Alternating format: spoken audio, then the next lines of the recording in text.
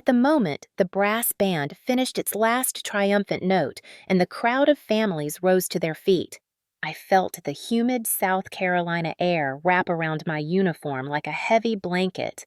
Hilton Field shimmered under the June sun, and for a brief second, I let myself believe that this was it, the turning point, the day I finally stepped out of the shadow of the house I grew up in. I was Lieutenant Harper Sloan now, 26 years old, freshly pinned, top 10% of my OCS class. I should have felt proud. I should have felt free. But the moment I spotted my mother and my stepfather on the edge of the crowd, my stomach tightened the way it always had since I was 11. Ray Dalton stood stiffly beside my mother, arms crossed, jaw set, eyes following me like he was assessing a threat instead of watching a graduation. He looked irritated, almost offended by the celebration around him, as if the day somehow belonged to him instead of me. My mother stood a little behind him, hands clasped together, her smile thin and nervous. I made my way toward them, weaving through soldiers posing for photos with their families.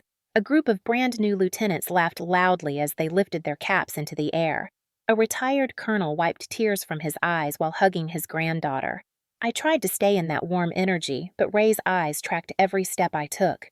When I was finally close enough to greet them, I forced a steady smile. Mom reached for me first.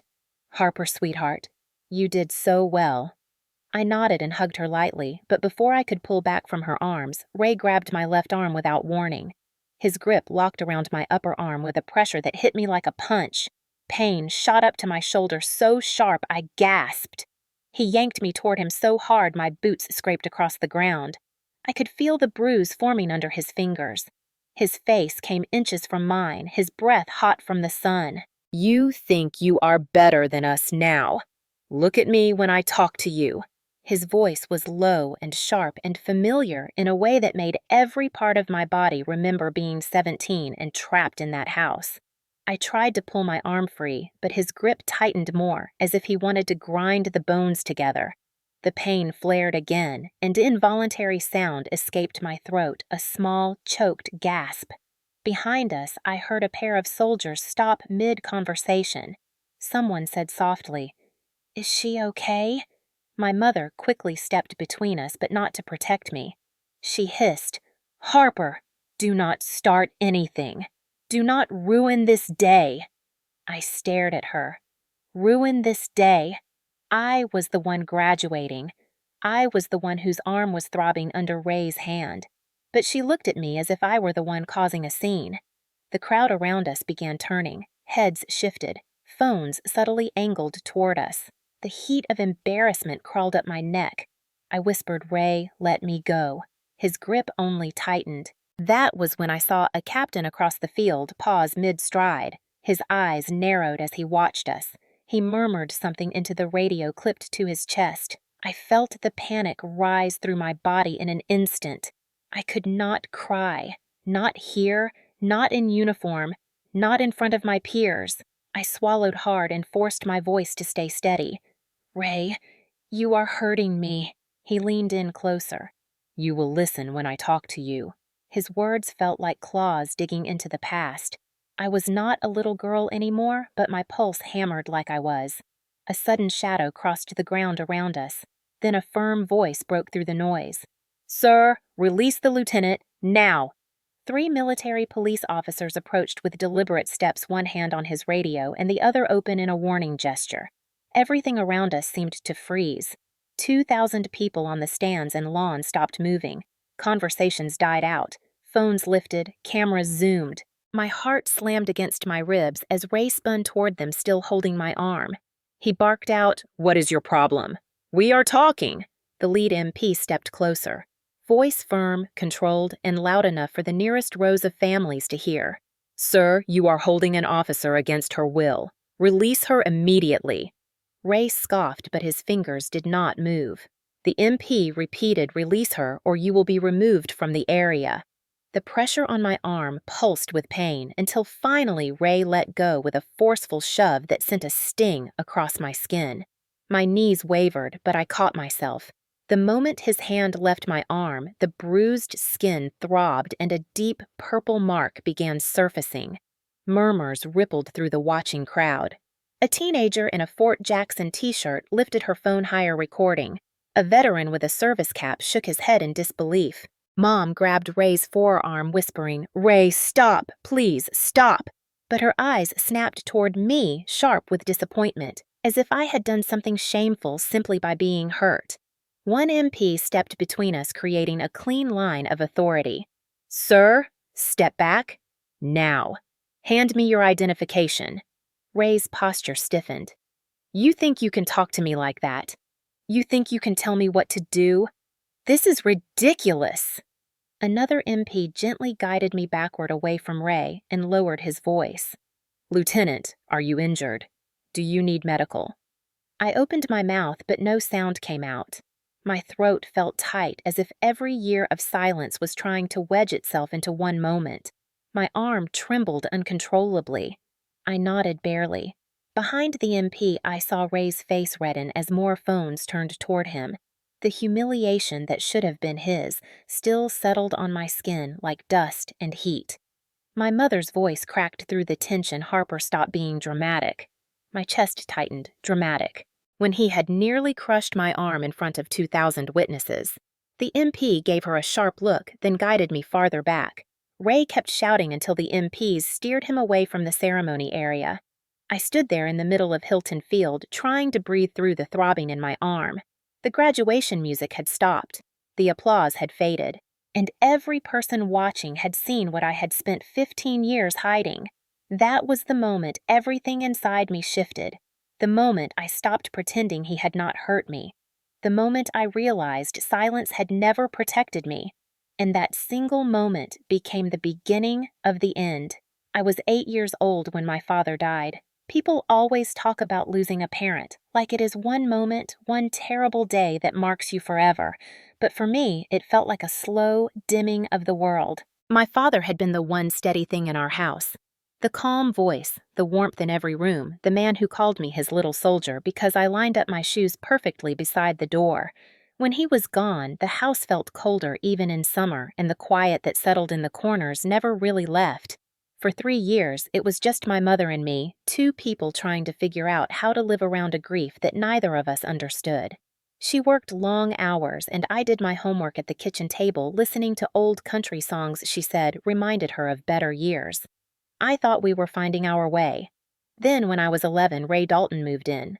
My mother told me he was kind and hardworking and that he would help us rebuild a family, but even at that age, I knew something was off.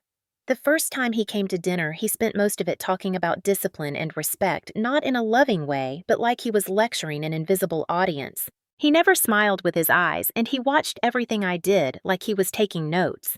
At first, it was small rules. Do not leave the lights on. Do not close your bedroom door all the way. Do not talk back even if you are right. Then it became warnings, the kind that made every muscle in my body tighten. If I did not answer quickly enough, he would grip my shoulder just a little too firmly. When I forgot to rinse a dish, he would grab my wrist and hiss about responsibility. He called these lessons. I called them the beginning of fear. My mother always stood nearby, wringing her hands, promising herself and me that Ray did not mean anything by it. She said he was strict because he wanted what was best. She said a quiet house was a peaceful house. She said I should try not to upset him. By the time I was 13, I learned exactly how to walk and talk to avoid setting him off. By the time I was 15, I could read a room like a battlefield. One wrong tone, and the whole evening spiraled into shouting and slammed doors. When I was 17, he hit me for the first time. He said it was discipline, a reaction a moment where I was getting too bold. He told me I needed to learn my place. My mother cried afterward, but she still begged me not to tell anyone. She said it was better to keep the peace than to start something we could not control. That sentence is the one that stayed with me for years. Keep the peace, even when I was the only one bleeding for it. I threw myself into school because it was the only space I controlled. I studied endlessly, joined clubs, and earned every honor they offered. Teachers praised my discipline, but none of them knew it came from survival. My guidance counselor suggested the military when she saw how regimented I was. She said I had leadership written all over me. The idea terrified me and comforted me at the same time. A world with rules. A world where strength was respected and structure made sense. A world away from Ray. When I told him I wanted to apply to officer candidate school, he laughed for a full minute. "You will quit. You are not tough. You are soft. Stay home and get a real job." My mother told me to stop chasing impossible dreams. That night, I sat on my bed staring at my OCS application hands, shaking. I could hear Ray pacing the hallway, muttering about how kids these days needed to be controlled before they ruined everything. I signed the application anyway. I mailed it the next morning while Ray was at work and my mother was still asleep. When the acceptance letter arrived 5 months later, I opened it in the driveway, sitting on the curb with the paper trembling in my fingers. I could not believe it. I made it. I was going to Fort Benning for OCS. Ray accused me of lying. My mother begged me not to go. But for once in my life, I refused to bow. The day I left for OCS felt like the first breath after years of being underwater. Training hit me like a storm. 12 weeks of heat, mud, exhaustion, and constant pressure.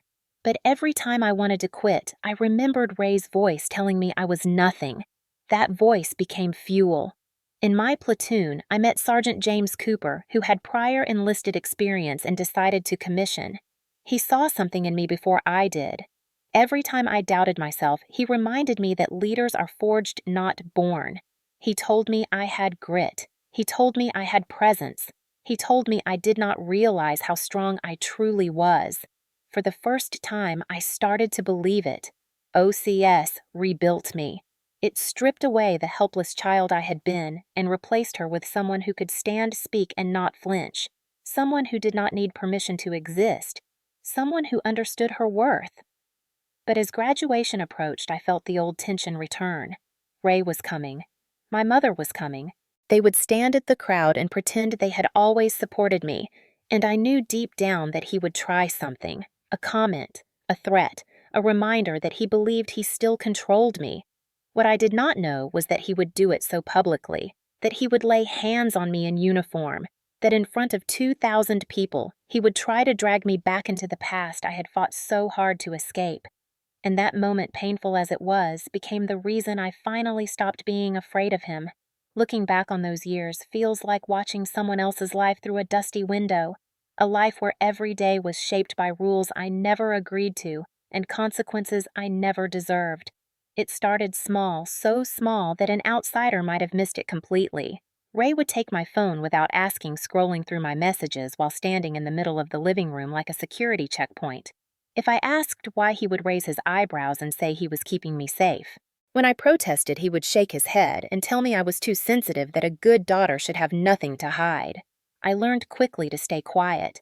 Silence always made things easier, at least for a moment. By the time I was 14, he had a list of expectations taped to the refrigerator. Wake up at 6 even on weekends, chores done before school, no locks on bedroom doors, no visiting friends without approval. If I left the house too early for school, he would accuse me of trying to avoid him. If I left too late, he would lecture me about responsibility. There was never a correct answer because the goal was not order, but control. He liked to catch me off guard. If I walked into the kitchen with my backpack, he would demand that I list everything inside it. If I asked my mother for permission for something, he would appear behind her and say my voice sounded disrespectful. If I looked tired, he would tell me I was being dramatic. My mother rarely stepped in. She would hover nearby, wringing her hands, whispering later when we were alone that Ray did not really mean any harm. She said he was under stress, that he worried about money, that he had grown up in a stricter era. She said I should not push back. She said peace required patience. She said it would all calm down eventually. It never did. When I was 15, I got my first part-time job at a grocery store. I was excited to earn my own money, to feel a tiny bit of independence. The first day I came home with my uniform shirt tucked into my jeans, Ray stood in the entryway glaring at me like I had done something unforgivable. "You do not need a job. You have school. You need to focus." I opened my mouth to explain it was only 10 hours a week, but he cut me off. "A girl your age does not belong at work. People will look at you. People will get ideas." He called the store manager and told him I would not be returning. My mother apologized for the interruption and hung up the phone without meeting my eyes. I walked back to my room trying to breathe normally, but something in my chest tightened. It felt like the walls were closing in.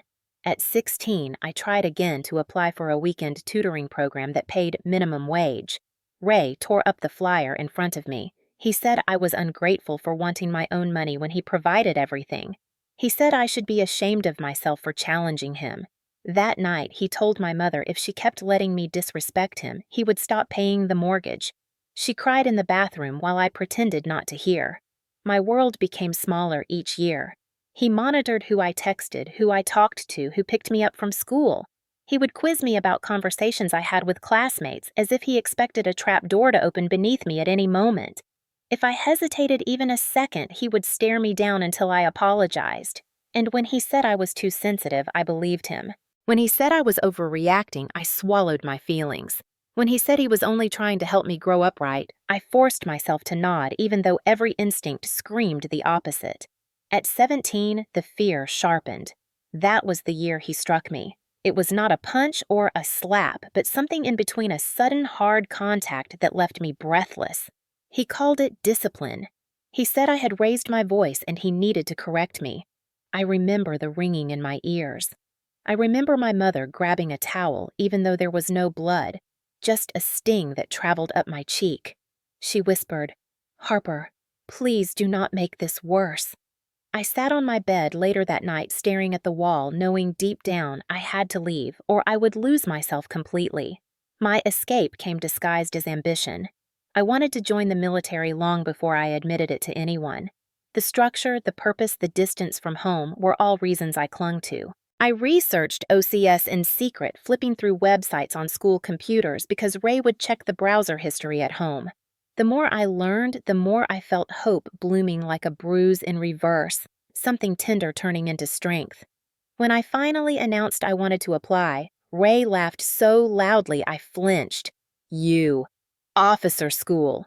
You will not last a week. You will quit just like you quit everything else." My mother cried and begged me to reconsider, saying it was too far, too dangerous, too unpredictable. But for the first time in my life, my decision felt like my own. I filled out the application at the library, wrote my essays in the margins of my notebooks, and mailed it at the post office before dawn. I never told Ray.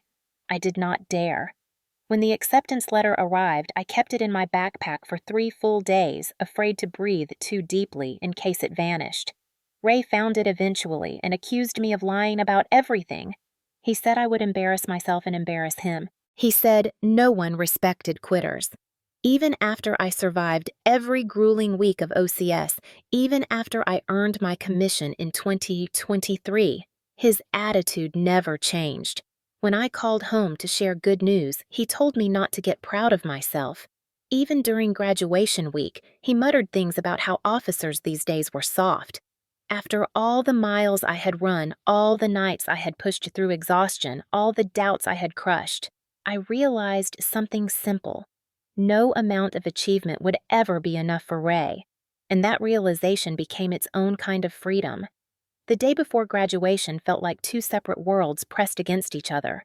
On one side was the disciplined order of Fort Jackson, the cadence calls echoing through the humid air, the polished boots, the buzz of preparation as my class rehearsed the parade sequence one last time. On the other side was the heaviness in my chest every time I thought about my family arriving. Most of my peers talked about their parents with excitement. They made plans for dinner, joked about embarrassing childhood stories their families would bring up. I smiled and nodded when they spoke, pretending I understood. In reality, I dreaded every hour that brought tomorrow closer. That afternoon after rehearsal ended, I walked back toward the barracks with my phone in my hand, debating whether to call home at all. Part of me hoped they had decided not to come. But I knew better. Ray never missed an opportunity to remind me that I belonged under his control, even if I wore a uniform he would never understand. I stepped behind the building where it was quieter, took a deep breath, and dialed.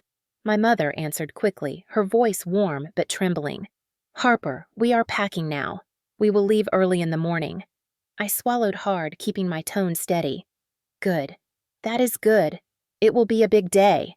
Then I heard him in the background before he grabbed the phone. His footsteps always sounded the same even through a speaker, that heavy, impatient rhythm. He did not say hello.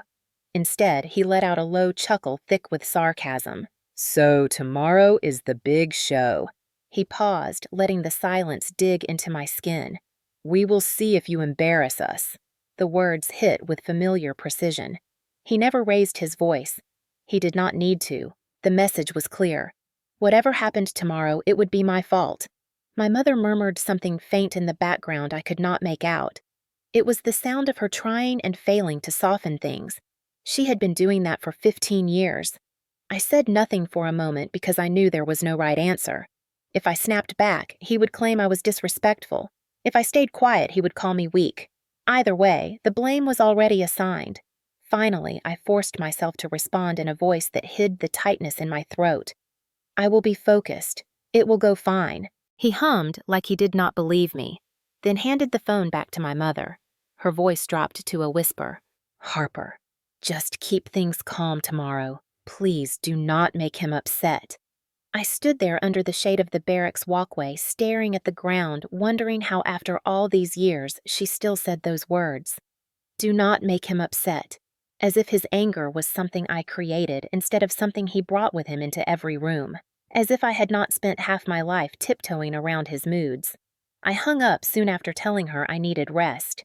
She told me she loved me, and I believed she meant it, but love had never been enough to make her intervene.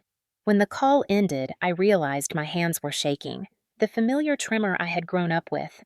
I flexed my fingers, trying to shake the sensation off, but the anxiety stayed lodged beneath my ribs.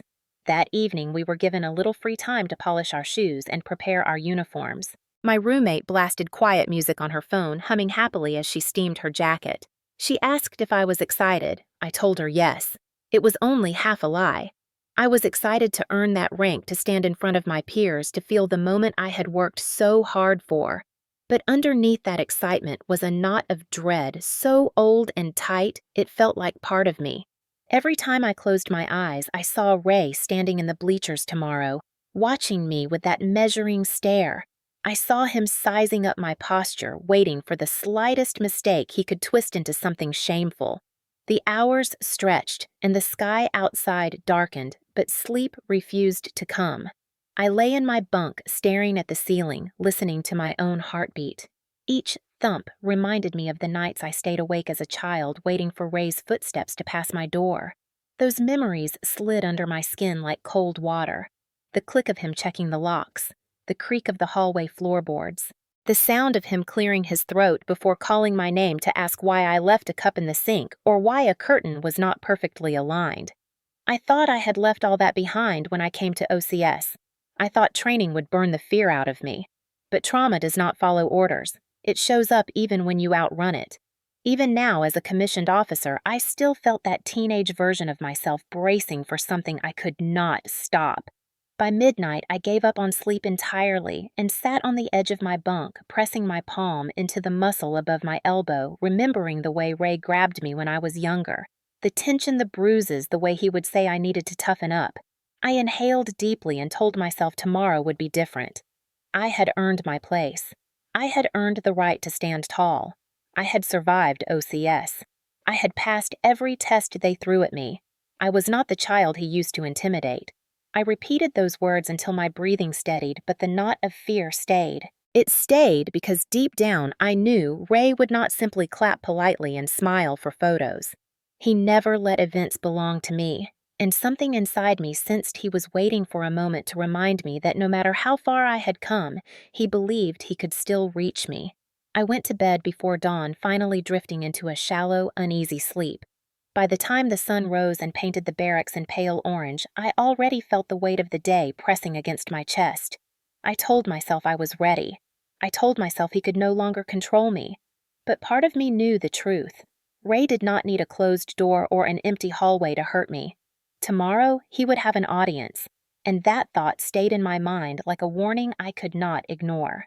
Parade morning at Fort Jackson always had its own kind of electricity, a mix of pride and nerves and old memories floating in the June humidity. The sun had barely cleared the tree line when the first families started gathering along Hilton Field, waving small American flags and cooling themselves with folded programs. The air smelled like fresh-cut grass and hot asphalt, a scent I had learned to associate with milestones. Today was the biggest one of my life.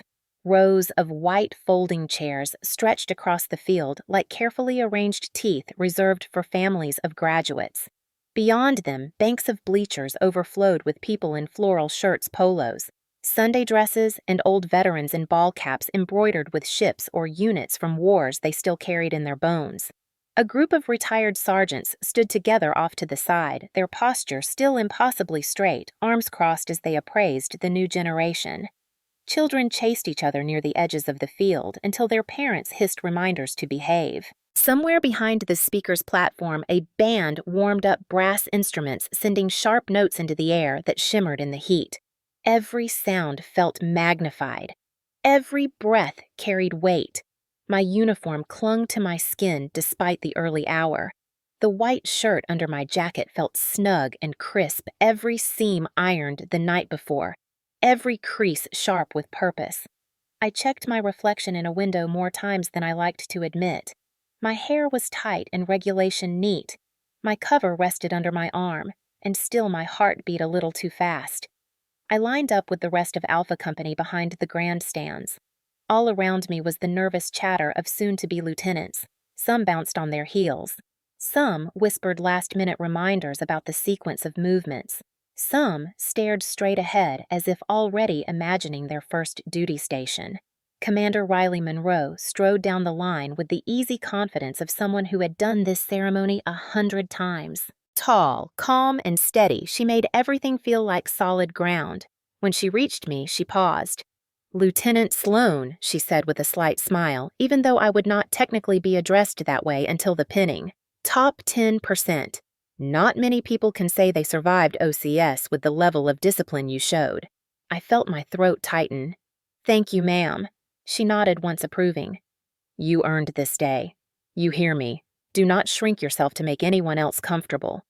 The sentence hit deeper than she could have known. She moved on to the next graduate, but her words stayed with me like armor. The ceremony began with an announcer stepping up to the microphone, his voice booming out over the field as the brass band launched into a swelling march. We marched forward in formation boots, striking the ground in perfect rhythm as we approached the stage. The sun climbed higher and the heat pressed down as if testing our resolve one last time. When my name was called, the crowd clapped and cheered. I stepped forward onto the platform. My pulse thrummed in my ears, but my steps stayed steady. A senior officer pinned the gold bar onto my uniform, the metal catching the glint of sunlight. "Lieutenant Harper Sloan." The words echoed through the loudspeakers, and for a moment everything stilled inside me. My chest expanded with pride and relief, and something else I had not felt in years. Dignity. I saluted, received my certificate, and stepped off the stage. The applause followed me down the steps, tumbling over itself like a wave. As the company filed out to stand before the waiting families, I scanned the rows of chairs until I spotted my mother's familiar floral blouse. She was sitting stiffly at the edge of a folding chair, wringing her hands as if she was afraid of the moment itself. Next to her stood Ray, arms crossed tightly over his chest. His face was already turning that familiar mottled shade of red he got whenever he felt out of place or out of control. Even from a distance, I could feel the shift inside me, a tightening, a coil winding up. For a moment, I stood frozen watching him, my breath caught halfway in my lungs. He squinted at me like he was assessing a problem. Even on this day, he looked irritated, disappointed, ready to pounce on some imagined wrongdoing. My newly pinned rank felt heavier under his stare. The closer I walked, the more the years folded over each other like thin pages. 17, 15, 11. Every age layered under my boots as if the field were paved with memories only I could see. But I kept walking. I greeted the families of my peers along the way. A mother hugged her son so tightly he lifted her off the ground. A father proudly slapped his daughter on the back hard enough to make her laugh. Cameras clicked. People waved. For a moment, I allowed myself to pretend I belonged to a family like that. Then I reached my row. My mother rose halfway, smiling weakly. "Harper, sweetie, you look beautiful." "Congratulations." Her voice trembled with cautious joy. Before I could respond, I felt Ray's stare sharpen. He did not smile. He did not extend a hand. He did not say congratulations. He simply looked me up and down with a judgment that hit harder than any words. His jaw tightened. His fists clenched. His nostrils flared slightly the way they always had right before he decided something about me was unacceptable. He leaned forward, just enough for our eyes to lock. That look, the one that had stolen air from my lungs since childhood. Irritation blended with ownership disguised as authority. It pushed against my ribs even now. I felt the old instinct kick in, the one that said, "Watch your tone, watch your posture, watch everything." My mother touched his arm lightly as if warning him not to start anything. But I already saw it in his face. The storm building, the resentment of my accomplishment, the fury that I had achieved something without his permission. Hilton Field buzzed around us with cheering and clapping and music, a celebration for hundreds of families. But in that small corner of the bleachers, everything went still. Something in Ray's expression told me exactly what kind of day this would become. The ceremony was almost over. The hook had not happened yet, but the fuse was already lit. When the MPs closed in on Ray, the tension on Hilton Field shifted in an instant. What had been a graduation celebration only moments earlier now felt like a pressure chamber. People stopped fanning themselves. Children stopped running. Cameras stopped panning across the field and locked onto one place, the scene unfolding around my stepfather. As the lead MP repeated his order for Ray to step back and provide identification, Ray's entire posture changed. His shoulders rose. His jaw jutted forward, and the red spreading across his face deepened like someone had flipped a switch inside him. He snapped back at the MP with a flash of temper that made my stomach twist. "Do not tell me what to do. I am talking to my daughter." The MP held his ground but kept his tone steady. "Sir, you need to release the lieutenant and move 3 steps away. Now!"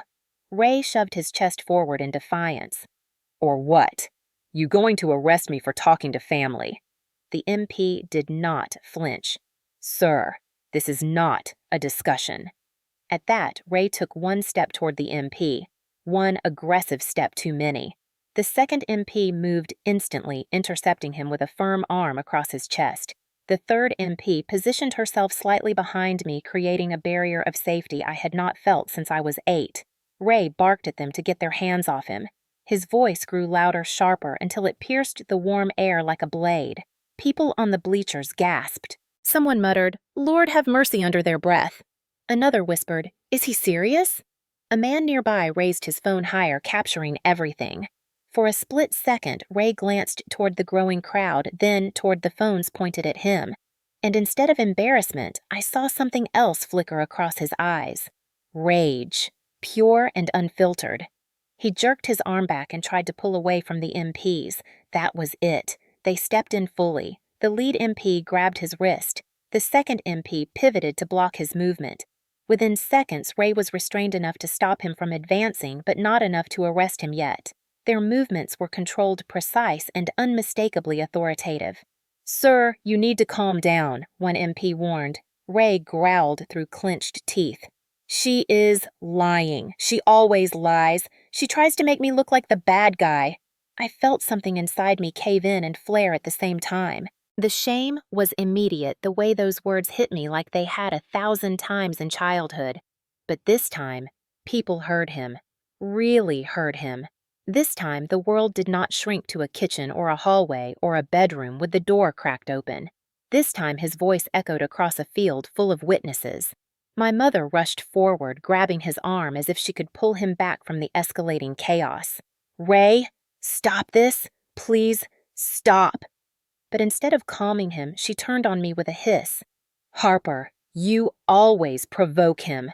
Why can you not just be respectful for once?" Her words hit harder than Ray's grip ever had. Not because of the volume, but because of the betrayal in them. She said them loud enough for a dozen people to hear. Loud enough for the woman in the second row to shake her head in disgust. Loud enough for the teenager recording to whisper something like, "Wow." I stood frozen, my left arm pulsing with white-hot pain. The bruising had already darkened into a deep purple, and every time I breathed, the muscles in my shoulder twitched painfully. I tried to move my arm, but the slightest shift sent a jolt down my side that nearly made my knees buckle. The female MP behind me stepped closer. "Ma'am, are you injured?" I nodded, barely able to form words. She glanced at my arm, then her face softened just a little. "You do not deserve that." Her voice stayed low but steady. "And that is not normal, not acceptable, not ever." Something in my chest cracked at her words. Not in a painful way, but in a way I did not expect, like a small door opening after years of being locked. I had heard similar words from instructors, classmates, even friends, but hearing them from someone standing behind me like a shield felt different. It felt dangerous in a freeing way. Another MP radioed something about removing a disruptive civilian from the premises. The moment he said the words "disruptive civilian," Ray exploded again. "Do not call me a civilian like I am nothing. Let me talk to my daughter. I am not done talking to her." Before he could step forward again, the MPs moved decisively. Two of them escorted him toward the far edge of the field where a group of soldiers had gathered. My mother followed behind him frantically, trying to calm him, though she kept glancing over her shoulder at me with an expression that mixed fear and anger. Then I noticed the colonel. He had been standing near the reviewing stand earlier, a stern man in his late 50s with silver hair and sharp eyes. Now he was watching everything with the seriousness of someone who had seen far worse and knew exactly what he was looking at. He pulled a notebook from his pocket and began writing. He paused only once to look directly at me, his gaze steady and acknowledging before he returned to his notes. My stomach tightened again, but not from fear this time. From realization. Someone with power had noticed. The female MP touched my uninjured arm gently. "We are going to take you to medical. You should not move that shoulder." I let her guide me through the crowd. Whispers followed us. People parted like a tide. Some looked at me with sympathy, others with disbelief. A few with quiet fury that someone would dare do that to an officer on graduation day. Inside the medical tent, the temperature dropped noticeably thanks to a portable air unit humming loudly in the corner. A military physician examined my arm with practiced precision. "The bruising is significant," he said, "and the muscle strain is obvious. You will need rest ice and limited movement for the next several days." He scribbled notes, then handed them to the MP. "This qualifies as assault." The MP nodded, then crouched slightly to meet my eyes. "Lieutenant, we need to file an official report. Domestic assault on federal property." I inhaled sharply the words, settling over me like a weight and a promise. After years of silence avoidance and excuses, the truth was finally written down. Not hidden, not softened, not dismissed.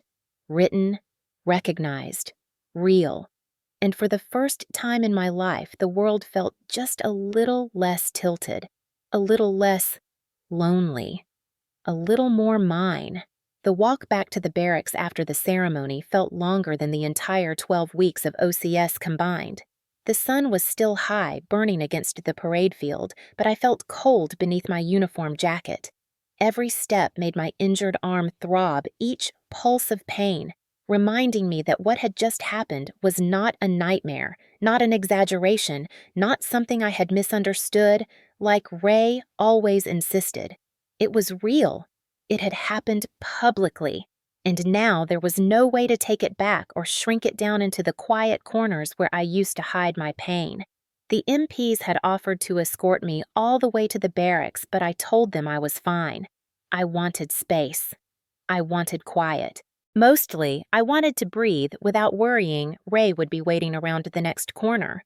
The moment I slipped inside the long hallway of the barracks building, the familiar scent of laundry detergent and floor wax washed over me. For once, it felt comforting. Safe. My roommates were still out with their families, so the room was empty when I pushed the door open. I sat down carefully on the edge of my bed, trying not to jolt my shoulder.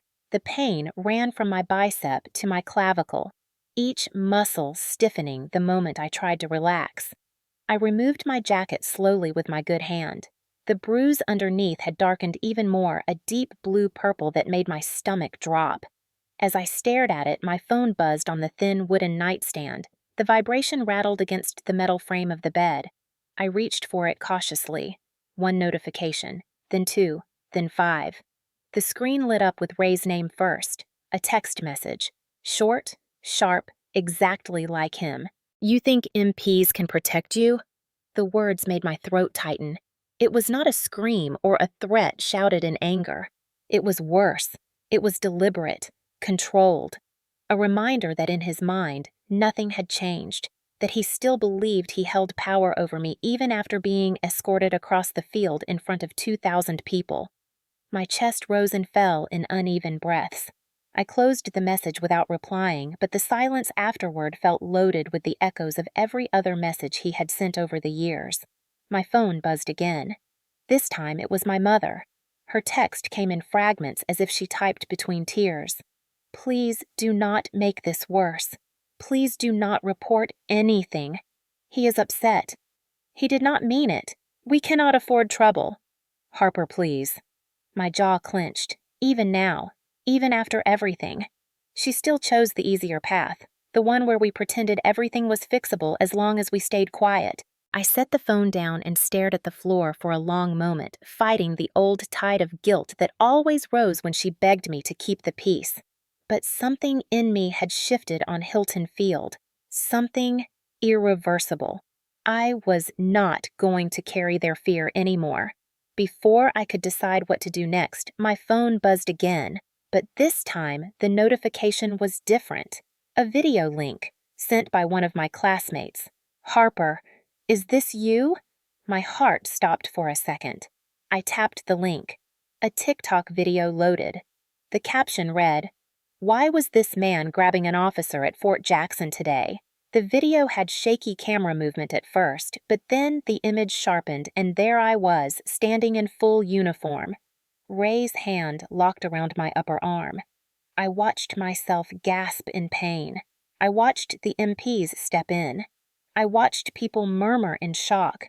The moment played back from 3 different angles edited together by someone who clearly knew what they were doing.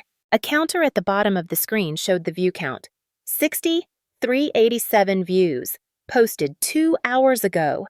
My stomach flipped, my entire body tensed, but right beneath the panic came something else, something subtle and unfamiliar. Validation. People had seen it, really seen it. No twisted version, no gaslighting narration, no "you're being dramatic," just the truth captured plainly in daylight. I scrolled through the comments. Poor girl. Her arm looks bruised already. He should be arrested. Imagine treating your daughter like that at her OCS graduation. MPs were too calm for this.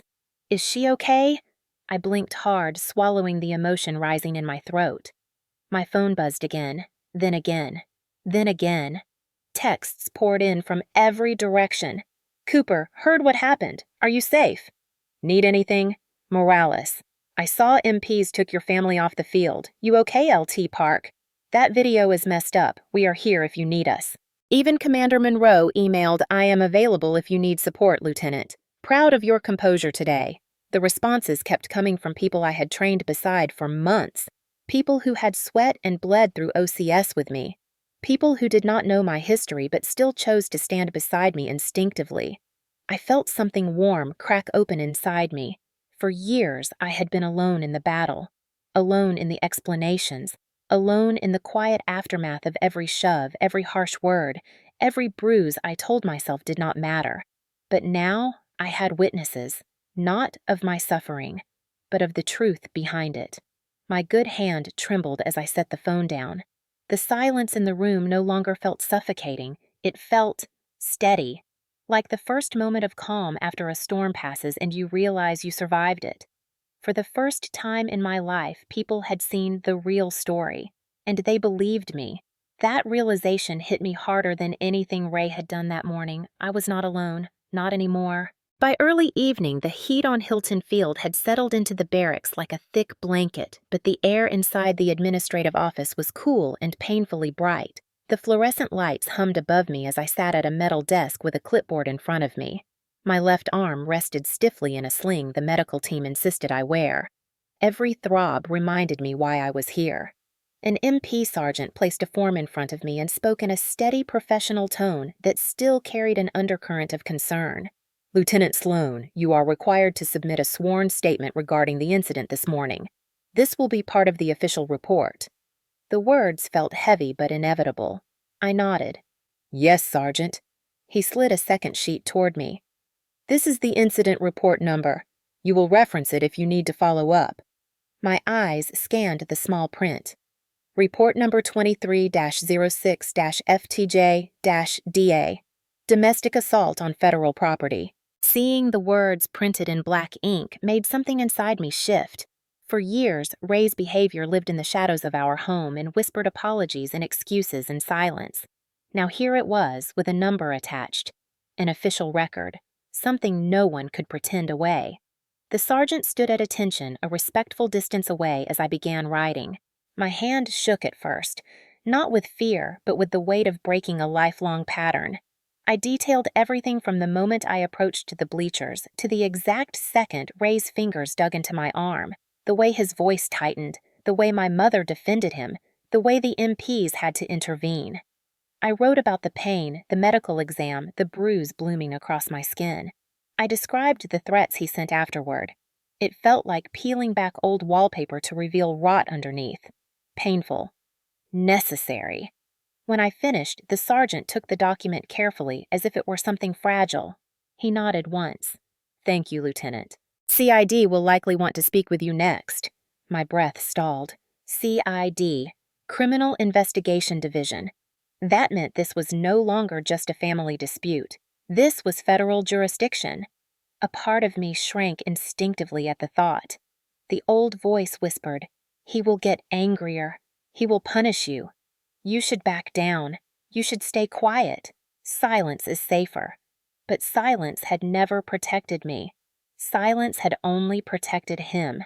I straightened in my chair despite the ache running up my shoulder. I will cooperate with CID. The sergeant gave me a look not of pity but of respect. Understood, ma'am. He stepped out, letting the door swing shut behind him. A few minutes later, there was a knock. When the door opened, I recognized the woman immediately. Special Agent Carla Hughes, CID. Early 40s composed posture dark suit pressed so sharply it could have been cut from steel. She stepped in with calm authority. Lieutenant Sloan, congratulations on your commission. I managed a small nod. Thank you, ma'am. She sat across from me, placing a recorder on the table. I need to ask a few preliminary questions. This is voluntary but highly recommended. Before she could continue the hesitation I had been suppressing all afternoon finally surfaced. I cleared my throat. Special Agent Hughes. Yes, she prompted. I hesitated. It feels strange to say all of this out loud. She studied me carefully. Has this happened before? I swallowed. Yes, ma'am. Many times. Hughes softened her tone, but not her precision. Lieutenant domestic assault often continues for years because family members are intimidated into silence. We are not here to pressure you. We are here to protect you. And others. I lowered my gaze. The fight inside me twisted. The instinct to downplay, to excuse, to defend him battled with the new voice that had been growing since Hilton Field. The voice that said, "Enough." Hughes switched off the recorder. Lieutenant, may I speak plainly? I nodded. She leaned forward slightly. Men like your stepfather count on silence. They rely on it. It is how they maintain power. If you say nothing, he wins. Her words hit the core of everything I had been running from. I pressed my lips together, breathing through the tremor rising in my chest. After years of swallowing my pain today, felt like the first time I could name it without shame. The door opened softly, and another figure stepped inside. Commander Riley Monroe. She nodded to Hughes, then turned to me, her expression steady but filled with something fierce. Lieutenant Sloan, may I have a moment? Hughes stepped out quietly. Commander Monroe closed the door behind her. She walked toward me with deliberate, measured steps. I stood automatically, but she lifted a hand gently. Sit, Harper. She used my first name only when something mattered. I sat again slowly. She looked me in the eyes. I saw what happened today. I saw how he grabbed you, and I saw the way you froze. My throat tightened. I did not want to look weak. She shook her head. You were not weak. You were surviving. She rested one hand lightly on the corner of the desk. But I want you to hear me clearly. Strength is not silence. Every hair on my arms rose. She continued. You survived him for years. You got yourself through OCS. You earned that bar on your uniform. You did not come this far to let him decide who you get to be. Her words cracked something open inside me, something curled tight since childhood. My eyes burned, but I held her gaze. She nodded once, as if she could see the decision forming inside me. CID will do their job, she said, but they can only help if you let them. I took a long breath, then another, and for the first time in my life, I felt something new settle in my chest. Resolve. When Hughes returned, I spoke before she even asked the first question. I want to proceed. I want to file everything. No more silence. Hughes pressed record. Commander Monroe stepped back but stayed in the room as a steady presence. And as I began recounting the full truth of my past, the air around me felt different. Lighter. Sharper. Like the world had finally shifted onto its correct axis. For the first time, I was not speaking as a victim. I was speaking as an officer, and I was done letting him win. After leaving the CID office, I walked back to the barracks with a strange mixture of exhaustion and clarity pushing against my ribs. Filing the report felt like stepping out onto thin ice, knowing it could crack, knowing everything could rush up again, but also knowing it was the only way forward. Still pressing submit on a sworn statement was one thing, providing years of proof was another. That night, when the hallway finally went quiet and my roommate fell asleep, I sat cross-legged on my bunk with my injured arm propped on a pillow and opened a folder on my phone I had not touched in years. I named it evidence long ago, back when I still believed I might need it, but did not yet have the courage to act. The folder contained screenshots I once took out of instinct rather than intention. Messages from Ray, where his anger bled through the phone screen, even without his voice attached. You make everything harder than it needs to be. If you mess up again, I will deal with it. Do not forget who keeps this house running. You think you are grown, but you are not. I scrolled slowly, each line hitting with the practiced precision of someone who had spent years weaponizing authority. Then there were the ones directed at my mother. Threats he sent when she defended me. If she talks back again, I am done paying for anything. You better teach her respect before I have to. Reading them now made my stomach twist. My mother had always insisted these moments were misunderstandings. She said he was stressed. She said he did not mean half of what he said. But the screenshots did not lie. They were time-stamped, they were cold, they were deliberate. Then I moved to the voicemails. The first one was from when I was 16. I had saved it by accident during a moment of panic, then later refused to delete it even though hearing it made my hands shake. His voice crackled through the tiny speaker. Harper, answer the phone. If you think ignoring me is going to help you, you are wrong. You better come straight home. His tone was the same one he used right before a punishment disguised as a lesson. I listened to 5 more voicemails like that, each with a different excuse, each with the same undertone. Control, fear, ownership. Then I found the message that shook me in a way I did not expect. It was written in a different handwriting on a different kind of paper. A letter, my father's letter. I had forgotten it was saved as a scanned document in my phone. I had read it at 8 years old, then again at 13, then again, just before leaving for OCS. Seeing it now made my throat tighten. The letter had been tucked into one of the boxes my mother kept in the attic, written by my father months before he passed away. Harper, my girl, you are stronger than you think. Life will test you more than you deserve, and people will try to tell you who you can be. Do not ever let anyone decide the size of your world, and do not ever let anyone control your life the way they control their own fears. Be brave enough to walk away if someone tries. You belong to yourself.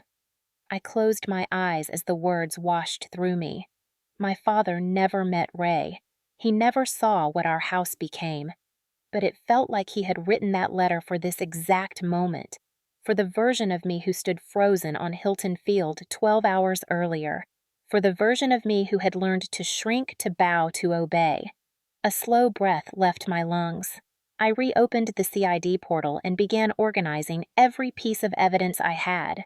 Screenshots, voicemails, photos of bruises I never told anyone about. Even the doctor's note from that night when I was 17 and lied that I fell on the stairs. The documentation formed a timeline longer than I wanted to admit. I uploaded each file and labeled them clearly. Verbal threats, 2019. Physical intimidation, 2017. Financial coercion, multiple years. Harassment, June 2023. My hand hovered over the final button. Submit supporting evidence. A wave of old fear rose in my chest. The same fear that said Ray would retaliate, that my mother would blame me, that I was making things worse. But on the other side of that fear was something new, a realization that this was not just about pain anymore. This was about truth, and truth was something he could never control. I clicked the button. The screen confirmed my upload. Evidence submitted successfully. My heart pounded, but not in a panicked rhythm. It felt steady. Sure. A few minutes later, my phone buzzed with an email notification. It was from CID. Lieutenant Sloan, we acknowledge receipt of your material. Formal interviews will proceed. You have taken the correct step. I stared at the message for a long time, letting the weight of it settle into me. For the first time in years, I did not feel like a powerless child reacting to Ray's anger. I felt like someone reclaiming her life piece by piece. Later, as I lay back on the thin barracks mattress, my arm aching but my chest strangely light, one final thought crossed my mind. For years, I waited for someone to save me. A teacher, a relative, my mother, anyone. But no one came. And maybe that was the point. Because tonight, submitting those files, pressing that button, choosing myself over my fear, I finally became the person my father believed I could be. The person Ray hoped I would never become. The person who would fight back. The next morning, the heat rose early over Fort Jackson, settling thick and heavy across the base like the day was bracing for something ugly. I woke with the dull ache running up my left arm and a thin line of resolve running down my spine. The memory of last night's submission to CID replayed in my head with a clarity I had never felt before. For the first time, the fear of Ray was not the loudest voice in my mind, but fear has a way of testing you the moment you think you have escaped it. At 0830, just as I finished securing my sling and preparing to head to the admin building for follow-up paperwork, my phone buzzed with a message from the duty desk. Lieutenant Sloan MPs are requesting your presence at Gate 2. Situation involving a civilian asking for you by name. My stomach dropped. There was only one civilian who would come here uninvited, unannounced and unhinged. Ray. I made my way across the parade grounds, the early sun beating down on the asphalt, my boots striking the pavement with a tighter rhythm than usual. As I approached Gate 2, I could already hear the raised voice before I saw the crowd, his voice. The voice that used to echo down the hallway of our house like a threat in every corner. Now it bounced off the concrete barriers and metal fencing of a military installation that had no intention of bowing to him. I am her father. Ray barked at the MPs, his face red, his chest heaving. She will talk to me. I am not leaving until she comes out here right now. My mother stood behind him, wringing her hands the same way she had done my entire childhood. Her eyes were puffy red, frantic. When she saw me approaching, she whispered something to Ray, but he ignored her too, focused on the uniform standing behind him. Me. One of the MPs turned as I approached. Lieutenant Sloan, stay back, ma'am. He is agitated. Agitated was an understatement. Ray was spitting fury at the MPs, pointing a trembling finger at them, as if he could intimidate trained security personnel the same way he had intimidated a teenage girl. She is my daughter, he shouted again. You cannot keep her from me. I have a right to speak to her. The lead MP, Staff Sergeant Daniels, held up a hand calmly. Sir, this is a federal installation. You do not have a right to enter or detain anyone for conversation. You were asked to leave yesterday. You need to step back immediately. Do you know what she did? Ray yelled. She lied about me. She made me look dangerous. She is ruining our family. I stood several feet back the MPs, intentionally keeping a buffer between us. My heart pounded, but not the way it used to. Not with panic, with disbelief. He had returned. After humiliating himself in front of 2,000 people, after being escorted off the field, after watching the MPs protect me, he still came back. As if nothing had changed. As if he still owned the right to demand my obedience. The audacity of it left me breathless. My mother finally stepped forward, her voice trembling. "Harper, sweetheart, please talk to him. Please calm him down. He is upset. He did not sleep. He feels terrible." I met her gaze and for the first time in my life did not feel guilt twist inside me. I felt clarity. "I am not speaking to him alone," I said firmly. "And he needs to leave the base." My mother's face crumpled. "Please do not press charges. He is your stepfather. He raised you. He is just emotional." Emotional. That word again. Always used to excuse him. Never to defend me. Ray lunged forward half a step, shouting past the MPs. "You think your little military toys can protect you from me?" Staff Sergeant Daniels' tone shifted instantly. Sharp, commanding. "Sir, step back. Last warning." But Ray did not listen. He never listened to anyone he believed he could overpower. "When she comes home," he roared, voice cracking, "I will fix this. I will fix her attitude once and for all." The words hit like a physical blow. Fix her attitude, a phrase I had heard too many times. Always the precursor to punishment, always the justification for his anger. The female MP beside Daniels gave a signal. The MPs moved in. Controlled, firm, efficient. Two grabbed Ray by the arms. One secured his wrists. One pulled him backward as he twisted and shouted. "You cannot do this," he barked. "She is lying. She is making this up. She thinks she is better than her family." My mother cried harder now, backing away from the scene. She reached toward me as if I should comfort her, as if I should apologize for the mess he created. I stayed still. For once, the chaos was not my responsibility. Ray continued screaming as the MPs walked him toward the holding area near the gate. "Harper, you think this ends here? You think you won. When you come home, I will." The rest of the sentence was cut off as the door closed behind him. The sudden silence felt surreal. My pulse thudded in my ears. I exhaled slowly, realizing I had been holding my breath. Staff Sergeant Daniels approached me. "Lieutenant, we are placing him in temporary custody for disorderly conduct and attempted breach of security protocol. CID will be updated." I nodded. "Thank you, Sergeant." He gave a respectful incline of his head. "We have your back, ma'am." My phone buzzed again. A voicemail notification. The preview text made my blood run cold. From Ray Dalton. "When you come home, I will fix your attitude." My mother hovered near the gate, her voice breaking. "Please do not press charges. Please." He did not mean it. He just wants to talk. I looked at her for a long moment, really seeing her. The woman who loved me but loved peace more. The woman who feared conflict enough to let me bleed. The woman who kept hoping silence would save us even after it nearly destroyed me. "Mom," I said quietly, "I am not going home." Her face collapsed with grief or guilt, I could not tell which. But for the first time in my life, her disappointment did not pull me under. It drifted off me like dust shaken from old fabric. As the MPs led Ray farther away, still thrashing against the inevitable one truth settled into my bones. He had played his last hand. He had revealed everything ugly and unrestrained inside him. And now the world, the military, the law finally saw the man I grew up fearing. The audacity of his return did not weaken me. It solidified something I had been building quietly for years. Strength, resolve, evidence. And tomorrow, CID would take the next step. I no longer needed to hide. I no longer needed to survive him. I was going to stop him.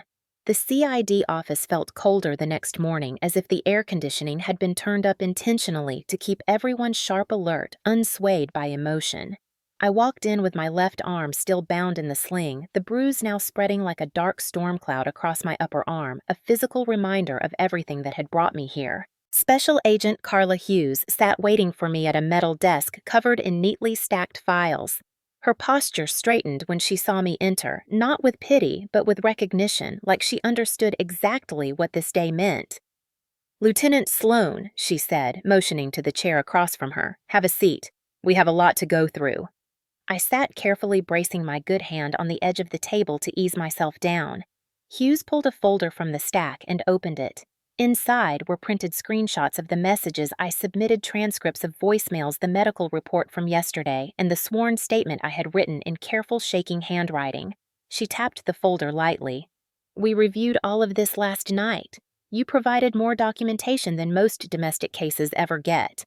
I nodded, my voice quiet but settled. "Years of it." She looked at me with an expression that held both respect and sadness. "You have been living in a war zone long before you ever came to Fort Jackson, Lieutenant." I swallowed hard, but said nothing. Silence was easier now, a choice instead of a habit. Hughes continued. "CID is coordinating with the Richland County Sheriff's Office. Because he attempted to re-enter a military installation, verbally threatened you, and was physically removed by MPs, this qualifies as a multi-jurisdictional case." My pulse quickened, but not from fear. From momentum. It felt like pieces were finally sliding into place after years of being scattered. "Here is what will happen," Hughes said, flipping to a second document. "Your stepfather is being issued an immediate no-contact order. Military police already served it at the holding area yesterday. He is prohibited from calling you, texting you, or approaching your residence or duty station. Additionally, he is banned from all federal property statewide." The words settled into my chest with a weight that felt like relief. For the first time in my life, there was a barrier between Ray and me that he could not kick down with anger. Hughes went on. "This morning, the sheriff's office filed their own incident report. They reviewed the footage circulating online and confirmed it matches your written statement." She slid her tablet across the table so I could see. On the screen was a paused video frame from TikTok. Me in uniform, Ray's fingers digging into my arm, the shadow of an MP closing in. Underneath the clip were thousands of comments, now 80,000 views overnight. The evidence was visible, undeniable, impossible to spin into blame the way Ray always had. I handed the tablet back, my voice quiet but certain. "I want every charge filed that applies." Hughes nodded. "We intend to, but there is one more step. You will need to request a civil protective order through the county court. The no-contact order covers federal property, but the protective order covers everywhere else." A ripple of old instinct moved through me, the voice that whispered, "Maybe this is enough. Maybe you should stop here. Maybe you should not provoke him further." But that voice felt smaller now, familiar but powerless. "How do I file for it?" I asked. Hughes stood. "Follow me." She led me down a hallway to a small conference room where a civilian advocate waited with a laptop and a stack of forms. The advocate, a woman in her 50s with gentle eyes and the soft authority of someone who had walked dozens of survivors through this process, offered me a reassuring smile. "Lieutenant Sloan, I'm here to help you complete the protective order petition. We'll file it electronically with the Richland County Court." I sat across from her as she turned the laptop toward me. The form felt surreal at first, my name at the top. Ray's name below it, each question a reminder of something he had done. Something I had endured. "Describe the most recent incident," the advocate said softly. I typed carefully, describing the parade field, the pain, the MPs, the threats. "Describe past incidents." My fingers hesitated, then moved faster. Every bruise, every threat, every time he grabbed my wrist or shoulder, every moment he made my mother cry and then blamed me for her tears. When I finished, the advocate read, the form nodded once and pressed the submit button. "It's filed," she said gently. "A judge will review it within hours because your case involves physical injury and a federal law enforcement report. You will likely receive a temporary protective order today." I inhaled slowly. That word protection felt foreign, like something distant, something reserved for other people. Not me. Not the girl who learned how to walk quietly, breathe quietly, survive quietly. Hughes returned as the advocate stepped out. She leaned against the doorway, arms crossed. "I want you to hear something clearly," she said. "You are doing the right thing. Women wait years to report men like him. Some never do. But you stood up. That takes strength. Her words made my eyes sting unexpectedly. I keep thinking, my voice cracked. I keep thinking maybe I'm making it bigger than it needs to be. Hughes shook her head firmly. No. He made it big the moment he put his hands on you. You're just telling the truth. Before I could reply, her phone buzzed. She checked the screen and straightened. Judge responded, she said. Come with me. We walked back toward her office. She pulled up the court document on her computer. Temporary protective order granted, she read. Valid immediately. Sheriff's office will serve him today. I felt the breath leave my lungs in one long exhale. She turned the screen so I could see. My name, his name, and in bold print, protected person Ulti Harper Sloan, restricted person Ray Dalton. A quiet tremor moved through me, not fear, not anxiety, but something cleaner. Something like the beginning of release. Hughes watched me, her expression softened. Lieutenant, how do you feel? I swallowed. It took a moment before my voice worked. Like I can breathe. She nodded once. Good. Because this is just the beginning. Tomorrow, we'll begin coordinating with the prosecutor's office. As she walked me out of the building, the afternoon sun spilled across the steps, warm and bright. The base was buzzing with activity cadets jogging across the field, instructors shouting cadence, families packing up from the weekend. Fort Jackson looked the same as it always did, but I felt different walking across it. Taller, lighter, unbound. Halfway across the courtyard, Commander Riley Monroe intercepted me. She walked with purpose, her boots striking the pavement in clean, confident steps. Lieutenant Sloan, she called. I stopped. She studied my face, taking in everything, the bruise, the sling, the exhaustion. How did it go? I held up the protective order paperwork. Her eyes sharpened with approval. Good, she said. Very good. The wind rustled the edge of my paperwork as she stepped closer. Harper, I want you to say something out loud. Not for me. For you. I frowned slightly. Say what? Her gaze was steady, unwavering. Say you're not that scared little girl anymore. My throat tightened. The words hovered just out of reach, held down by years of conditioning, years of fear, years of silence. Commander Monroe waited, arms crossed, unyielding. Say it, she repeated softly. I exhaled. Then I lifted my chin. I'm not that scared little girl anymore. Commander Monroe nodded. That's right. You're not. And he knows it now. As she walked away, I said the words again in my mind. And again. And again. Each repetition loosened something in my chest that had been trapped for years. I stepped back into the sun, the protective order warm in my good hand. The day felt brighter than it had any right to be. I was no longer hiding, no longer shrinking, no longer waiting for someone else to save me. The legal strike had landed, and for the first time, Ray had no power left to take. The news of Ray's temporary arrest rippled through my family like a shockwave, the kind that shakes loose every hidden fracture you pretended was not there. It started with my mother's voice on the phone, thin and trembling in a way I remembered from childhood, but had not heard this raw in years. Harper, she sobbed the moment I answered. They took him. They took Ray. They came to the house this morning and served papers and put him in the car like some criminal. Her voice broke apart on the last word. For a moment, I simply held the phone to my ear, listening to the crackling silence between her breaths. Once that sound would have triggered guilt so deep I would have apologized without even knowing what for. But today, as I stood outside the brigade headquarters with sunlight warming my uniform, I felt only clarity. Mom, I said, steady, he is under investigation, and he broke the law when he came onto federal property. They didn't arrest him because of me. They arrested him because of what he did. She let out a shaking exhale.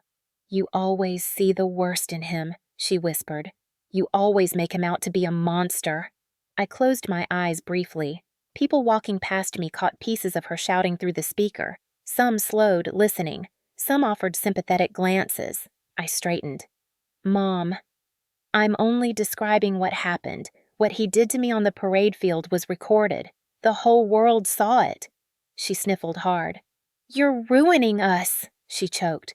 You're ruining this family. There it was, the line that used to level me as a kid, as if the pain he caused was fine as long as it stayed hidden, as long as no one else saw, as long as I endured quietly. But now, thousands had seen the video. Thousands were commenting. Thousands were asking why a young officer had to stand on federal ground and get grabbed hard enough to bruise. I took a breath. Mom, I didn't ruin anything. Ray did. She cried harder. Then the phone went silent.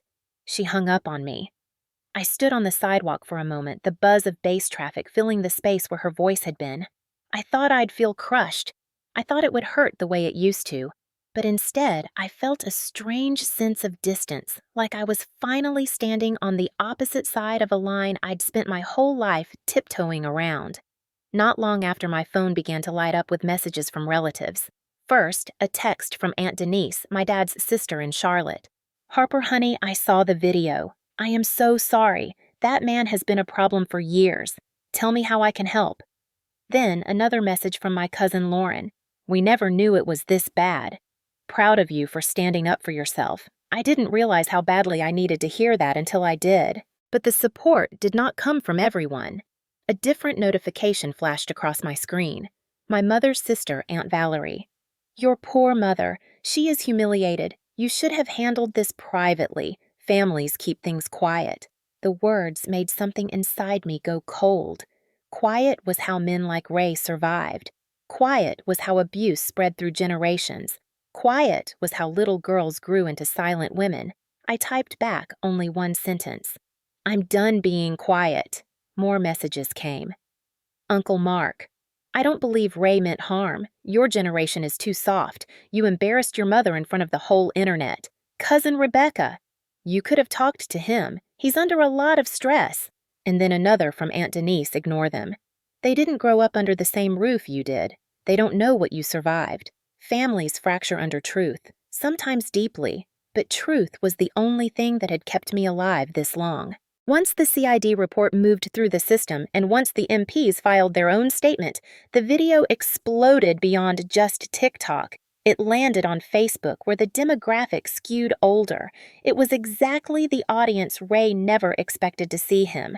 A crowd of Americans in their 50s, 60s, 70s, patriots, veterans, parents, grandparents, people who did not excuse harm to family, especially from a grown man to a young woman in uniform. Within 12 hours, the video hit 200,000 views. Comments flooded in at a pace I could not keep up with. "She's an officer. You respect her. Proud of this young woman for standing tall. Shame on that man. What a coward. I would have decked him myself. This isn't discipline, this is domination. My daughter is an Army captain. If someone ever touched her like that, there'd be hell to pay. You stand your ground, Lieutenant." Reading their words was like feeling a whole generation of strangers wrap their arms around the version of me who never got defended at home. But the comments that hit the hardest were from older women. "I stayed quiet for too long when I was your age. I wish I had done what you're doing now. Good for you, baby. Don't let any man treat you like property." And the one that nearly made my breath catch, "Your stepfather, is lucky MPs stepped in." The rest of us would not have been as gentle. It was surreal. Strangers saw the truth before half my family ever did. Strangers understood my pain better than the woman who raised me. Word reached my mother quickly. She called again that afternoon, her voice sharp with indignation instead of grief. "Harper, that video is everywhere. People from church are messaging me. They're saying horrible things about Ray. They're calling him abusive. They're calling me complicit. This cannot continue." I stood near the drill pad watching soldiers run laps in formation. Their voices rose in steady cadence, disciplined and united. The complete opposite of the chaos I grew up in. "Mom," I said, "they're reacting to what they saw, not what I told them, what Ray did." She refused to hear it. "You need to retract your statement. You need to tell the police he didn't mean to hurt you." My throat tightened, not from guilt, but from the staggering disbelief of how deeply she still clung to denial. "I'm not retracting anything I said quietly. I'm finally telling the truth. Harper, stop this." Her voice strained. "It's tearing us apart." "Mom, I said it was already torn. You just didn't look at it." For several seconds, she didn't speak. I could hear her breath hitch, could imagine her pressing a hand against her chest the way she did when overwhelmed. The line crackled. Then, for the first time, she whispered something honest, something fragile. "I don't know how to live without him." My heart ached. She wasn't just afraid of Ray, she was dependent on him, financially, emotionally, habitually, and decades of fear do not unravel overnight. "You won't be alone," I said, "but I can't stay silent to protect him anymore." She hung up again. This time I didn't stare at the phone in shock. I didn't sink under the weight of her disappointment. I simply breathed, because for the first time choosing myself didn't feel wrong. It felt necessary. Throughout the week, the video spread even more widely. Vietnam-era veterans debated in the comments. Military wives shared their stories of in-laws who crossed boundaries. Retired Army sergeants said things like, "Lieutenant, you handled yourself well. That man had no right. Her CO better commend her. This girl will make one hell of an officer." The more the public supported me, the more my family fractured. Some called me brave. Some called me ungrateful. Some begged me to drop the charges. Some told me to keep pushing. But no matter which side they landed on, I realized something freeing: I didn't bend to their opinions anymore. Even my younger cousins reached out quietly, secretly. "We always thought something was wrong in your house. You don't owe him forgiveness. We're proud of you." The family fallout was messy, painful, revealing. But it did one thing I never expected. It made the truth undeniable even to me. I had spent years doubting myself, questioning whether the pain was real, whether I was overreacting or too sensitive. But seeing strangers defend me, seeing older Americans outraged on my behalf, seeing comments pouring in from mothers, veterans, survivors, it rewired something inside me. Their voices became a chorus drowning out the last remnants of Ray's control. And with every message, with every person saying they believed me, I felt it. Strength, the kind of strength I used to envy in other people. The kind of strength I thought I'd never earn.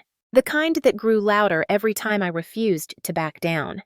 The fallout didn't break me. It built me. It forced me to choose which family I belonged to.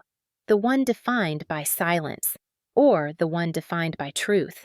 And for the first time in my life, I chose truth, even if it meant standing alone. Because standing alone in the open was still better than kneeling in the dark. When I sat down to write the full report for CID the next morning, I thought the hardest part would be recounting every detail of what Ray had done to me at the parade. I was wrong. The hardest part was realizing that this report was not just about one day on Hilton Field. It was about 20 years of silence compressing into a single document. I sat at a desk in the brigade administration office, the hum of an old ceiling vent steady above me, my elbow still stiff from the bruise stretching across my skin. I wrote line after line explaining the incident, the pressure of his grip, the humiliation of standing there in front of thousands in uniform, and the MP intervention. Then I wrote the part I had never said out loud until now. History of escalating aggression over multiple years. Pattern of verbal intimidation. Prior physical incidents during adolescence. I paused, pen hovering. I could feel the weight of that sentence settle over the page. It was the first time I allowed myself to acknowledge that this had not been random. It had been a pattern, a design, a system of control. I signed the sworn statement and handed it to the CID agent, who read it with the kind of professional neutrality that only sharpened the seriousness of the words. When I stepped outside, the morning sun hit my eyes and my phone buzzed in my pocket with a call from my dad's sister, Aunt Denise, the same one who had supported me earlier. Her voice was tight, urgent. "Harper, honey, you need to hear something." I could tell from her tone this wasn't sympathy. This was revelation. She told me she had watched the video again and again. She had shown it to her husband. She had shown it to my Uncle Troy. And then, in a low voice, she said the sentence that froze me in place. "Ray used to hit your mother. For years. Not just arguments. Not just yelling." He put his hands on her. "More than once. More than twice. Many times." She said she had suspected it since I was a child, but my mother always denied it. She told me that one Christmas she had seen bruises on my mother's arm that my mother claimed came from tripping over a laundry basket. She told me my mother had pulled away when someone tried to give her a hug. She said Ray had isolated my mom over the years until she barely spoke to the family unless he was right beside her listening. My stomach twisted. I leaned against the brick wall of the barracks building, the sunlight suddenly harsh and hot against my face. Aunt Denise kept talking. Your mother never said anything because she was scared, and because she didn't want the family to know her marriage was breaking her. She said she thought she could handle it, and she thought keeping the peace was the only way not to lose everything. When she finished, I could barely breathe. I thanked her and hung up even though my hands were trembling. My mind replayed the flashes of childhood memories that had never fit together until now. My mother's flinch when Ray raised his voice, her nervous laugh when he snapped at her, the way she always walked on eggshells. I had believed for years that she chose him over me. I never realized she might have been a victim too. But even knowing that did not erase what she had allowed to happen to me. The truth made everything clearer and more complicated at the same time. That afternoon, she came to see me on base. MPs escorted her to the visitor center where I was waiting, palms pressed to my thighs, posture stiff in my uniform. She looked smaller than I remembered. Her shoulders rounded inward, her eyes puffy. For a long moment, she just stared at me as if she wasn't sure she had the right to approach.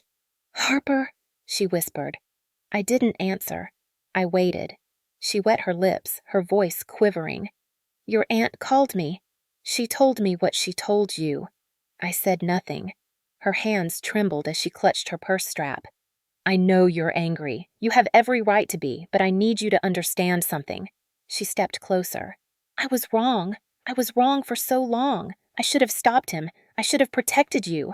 Her throat trembled around the words. "I failed you." That was the moment I had spent years imagining, the moment she finally admitted what she had refused to see, what she had denied so fiercely that I had started doubting my own memories. But standing there, listening to her voice break on the words, "I failed you," I didn't feel the release I once thought would save me. I felt grief. Heavy, slow, quiet grief for the childhood I never got to have, for the mother I never truly had, for the family I had tried so hard to please at the cost of myself.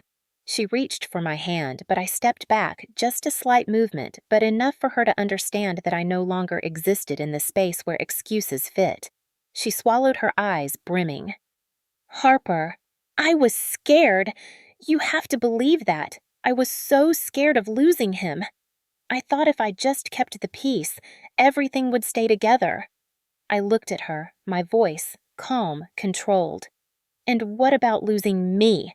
She blinked, stunned, as if she had never considered that possibility.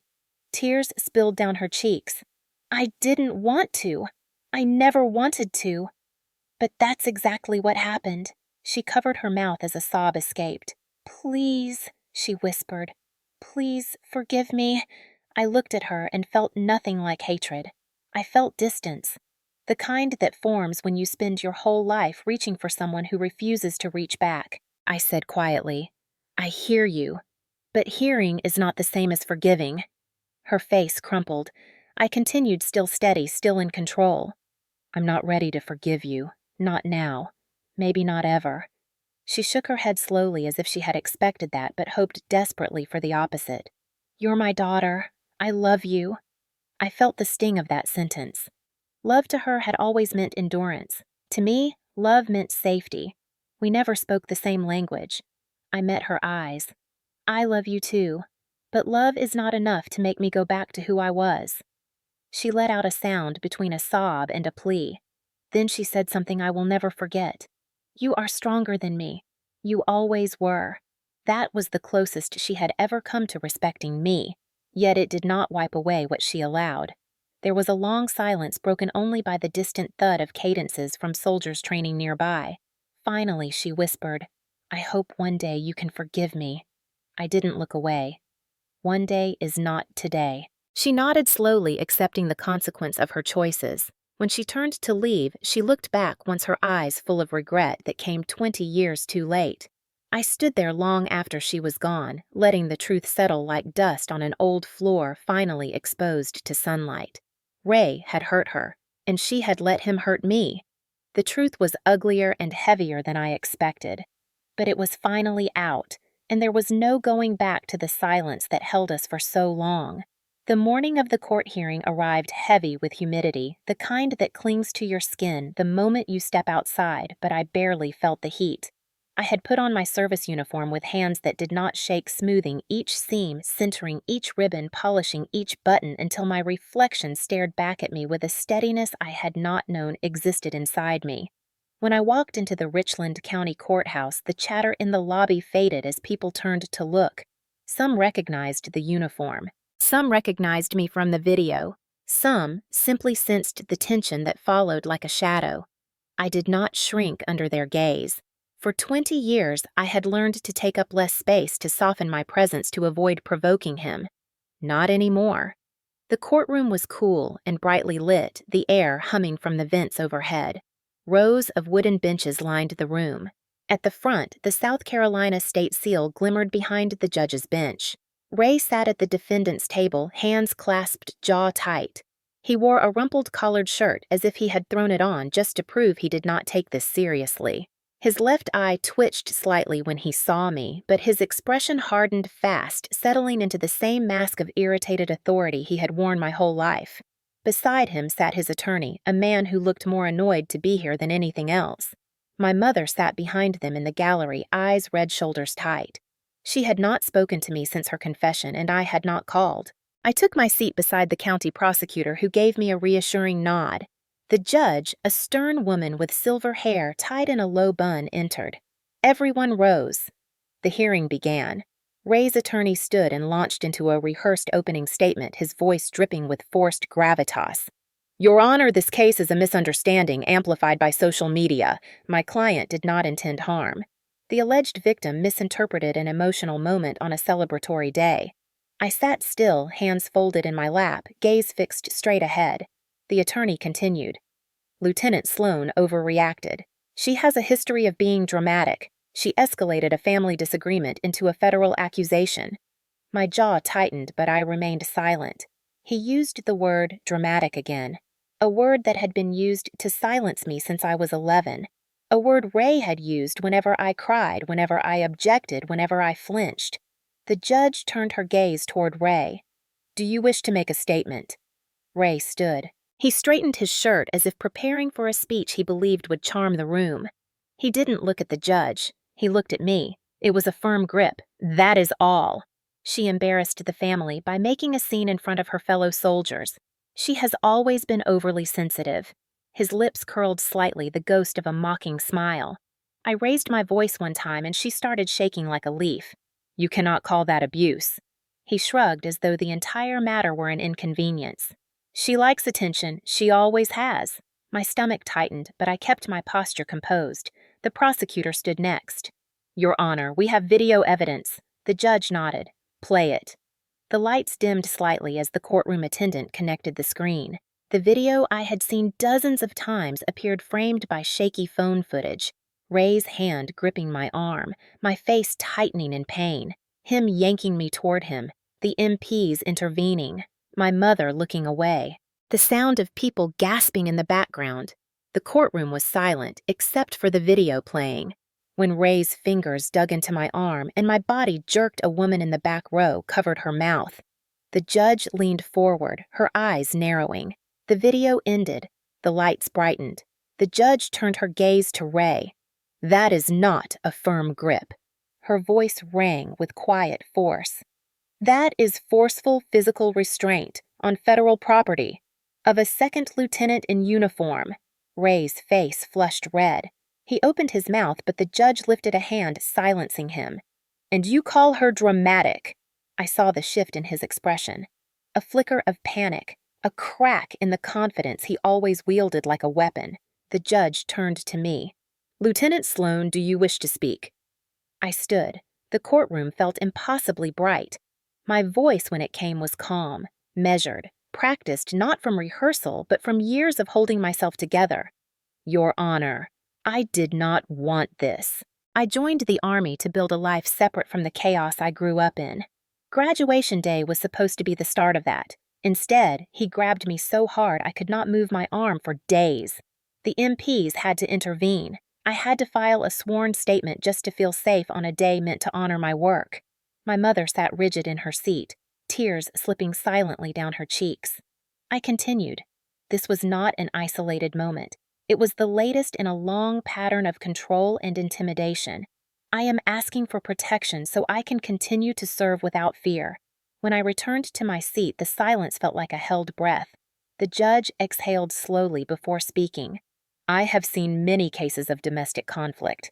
I have seen misunderstandings. I have seen exaggerations. This is neither.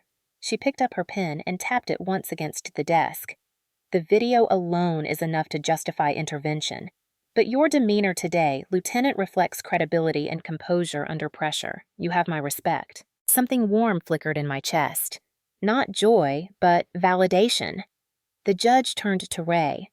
As for you, Mr. Dalton, your behavior was reckless, aggressive, and entirely inappropriate. You endangered a young officer in uniform during an official ceremony. Your dismissive attitude today only reinforces the need for legal boundaries. Ray's attorney tried to interject, but she silenced him with a single glance. I am granting a protective order for 3 years. You are prohibited from contacting Lieutenant Harper Sloan in any form, including through third parties. You are prohibited from entering any federal installation in the state of South Carolina. Additionally, I am recommending further review by county authorities. Ray's mouth fell open. 3 years. His voice cracked. You cannot be serious. The judge's voice turned cold. I can, and I am. You forfeited your right to proximity the moment you put your hands on her. The gavel struck wood. The sound echoed through the courtroom. Case concluded. For a long moment, no one moved. Ray stood there stunned, as if the ground beneath him had shifted and he had nothing left to hold on to. His attorney gathered his papers, avoiding eye contact. My mother stood slowly, her hands trembling, eyes swollen with regret. She looked at me, but I did not look back. An MP escorted Ray toward the exit, his face blotched with anger and disbelief. He kept looking for me, waiting for the old reaction, waiting for guilt or fear to flicker across my face. Instead, I sat with my back straight, palms flat against my knees, eyes forward. He no longer had any power here. As the courtroom emptied, the judge stepped down from the bench and approached me briefly. Lieutenant, she said quietly, holding my gaze. You handled yourself with dignity. The Army needs officers like you. Her words struck deeper than she realized. I nodded. Thank you, Your Honor. Outside the courthouse, the sunlight felt different, warmer, less harsh. Like stepping out from under a shadow I had carried for so long, I forgot what clear light felt like. My phone buzzed with messages I did not check. A breeze rustled the trees overhead. Cars passed. People moved. Life went on, and for the first time in years, I felt like mine finally belonged to me. When I returned to my barracks room that evening, the adrenaline that had carried me through the hearing drained out of my body so quickly it felt like someone had unplugged a cord inside my chest. I stood in the doorway for a moment, staring at the neatly made bed, the small desk with its stack of training manuals, the single window overlooking the training field where soldiers marched in formation every morning. Everything looked exactly the same as it had that morning, yet it felt as if I had stepped into a different world. A world where Ray no longer had access to me. A world where a judge had spoken the truth out loud. A world where no one could tell me that what happened was my fault or my exaggeration. I closed the door behind me, and the silence settled over the room like a soft, heavy blanket. For the first time in a long time, I felt safe. And it was that sense of safety, that rare, fragile feeling that cracked something open inside me. I sat down on the edge of my bed, pressing my hands to my thighs to steady the trembling I had ignored for hours. Then, without warning, the breath left my body in one sharp tremor, and I felt my face crumple. I tried to swallow the rising wave, but my throat tightened, and suddenly, tears spilled over my cheeks before I could stop them. I pressed a hand to my mouth, but it did nothing to dam the flood. I cried. Not the quiet, practiced tears I had learned to hide as a child.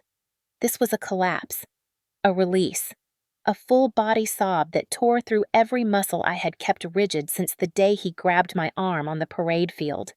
My breath came in broken gasps. My uniform collar felt too tight. My chest hurt. Years of swallowed fear rose to the surface like smoke from a fire finally given air.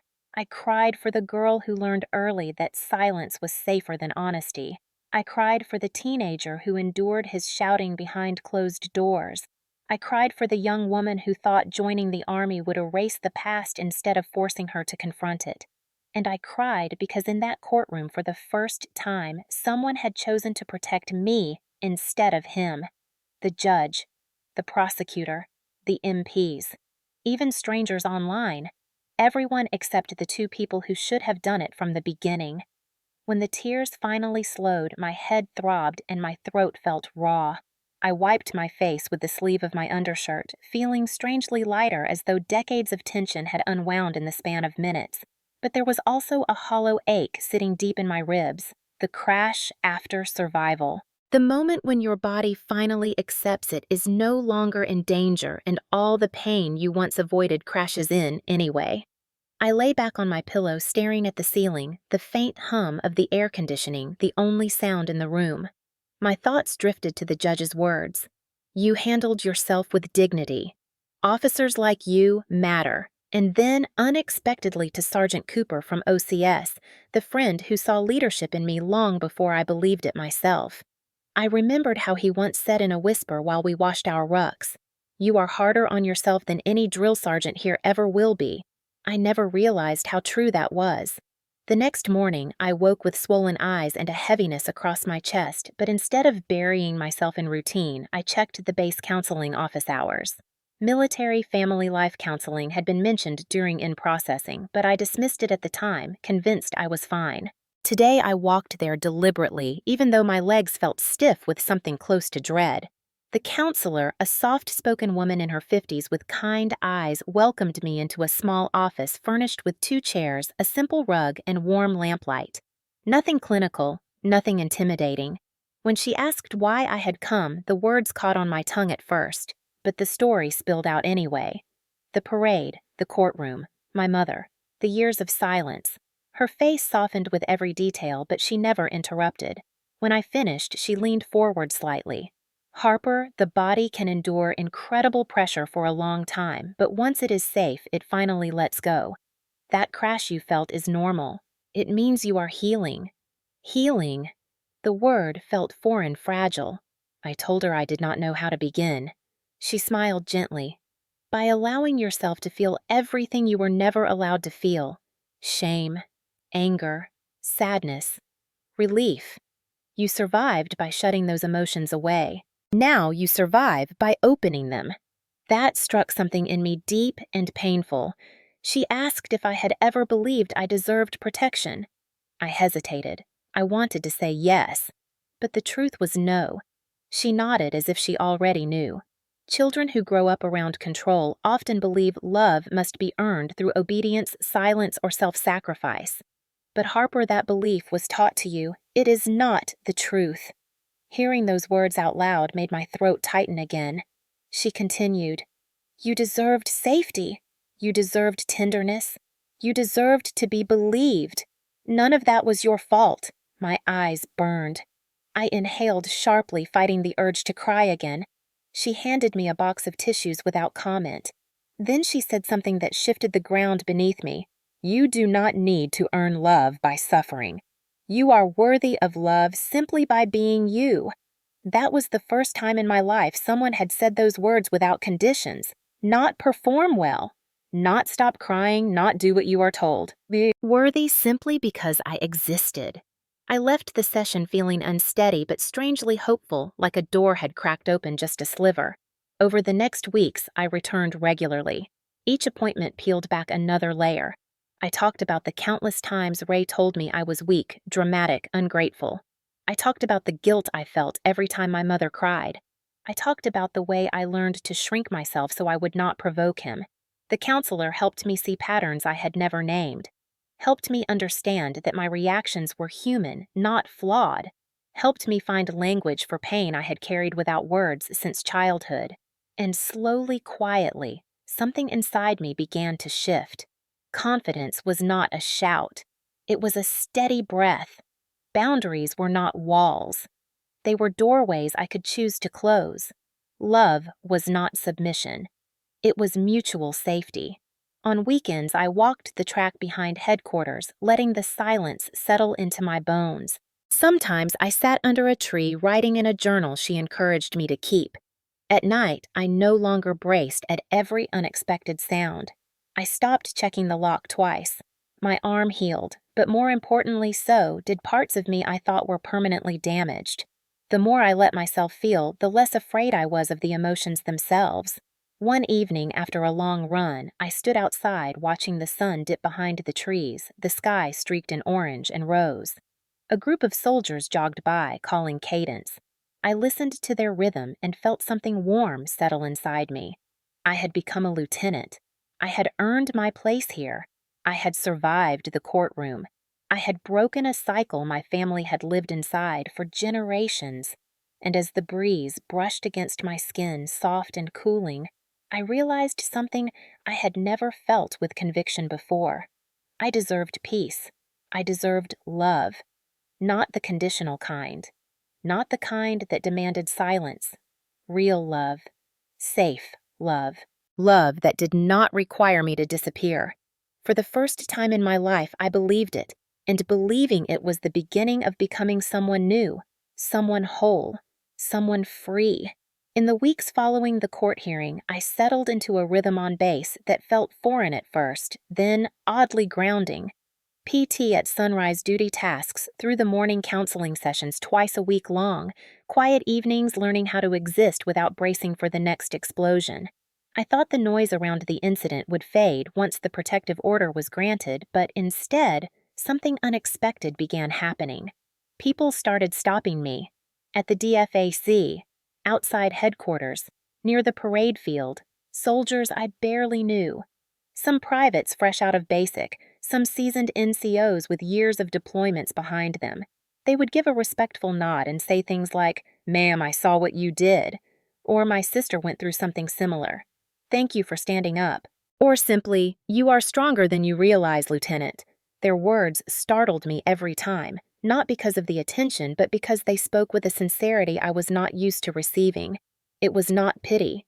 It was respect. And it chipped away at the last fragments of doubt that clung to me like old dust. One afternoon, about a month after the hearing, I walked into the OCS auditorium for a logistics briefing. The lights were dim, and the massive projector screen at the front glowed faintly. I expected a room full of officers flipping through notes. Instead, the seats were filled with my graduating class from OCS. Nearly 70 officers, some in uniform, some in PTs, all silent. For a second, I thought I had walked into the wrong briefing. Then I saw it. On the screen behind the podium, frozen mid-frame, was a photo of my class in formation from graduation day. And in the center, there I was standing at attention calm, even though that morning had been chaos. Someone stood at the front of the room. Captain Wheeler, our former company TAC officer. Harsh, unyielding. The kind of leader who praised sparingly and punished decisively. He nodded to me. "Lieutenant Sloan, take a seat." I hesitated, confusion twisting in my stomach, but I sat in the front row. The lights dimmed further and the screen flickered to life. A video began to play. Not the viral one of Ray grabbing me, a different one. A compilation. Me leading ruck marches in week 2. Me helping a struggling candidate over the confidence course wall. Me briefing a terrain analysis exercise to the cadre. Me holding the line during field week while others faltered. My breath caught. Voices followed the footage. Real voices. Familiar ones. My classmates. Harper was one of the most disciplined soldiers in the class. She motivated everyone around her. When I wanted to quit, she was the one who pushed me to keep going. She never asked for credit. She never made anything about herself. She was the kind of officer I want to serve under. The video shifted to clips from training, people laughing, struggling through mud, falling asleep during land nav prep. Then more voices. What she did at graduation took courage none of us realized she had been building for years. She did what many of us would not have been strong enough to do.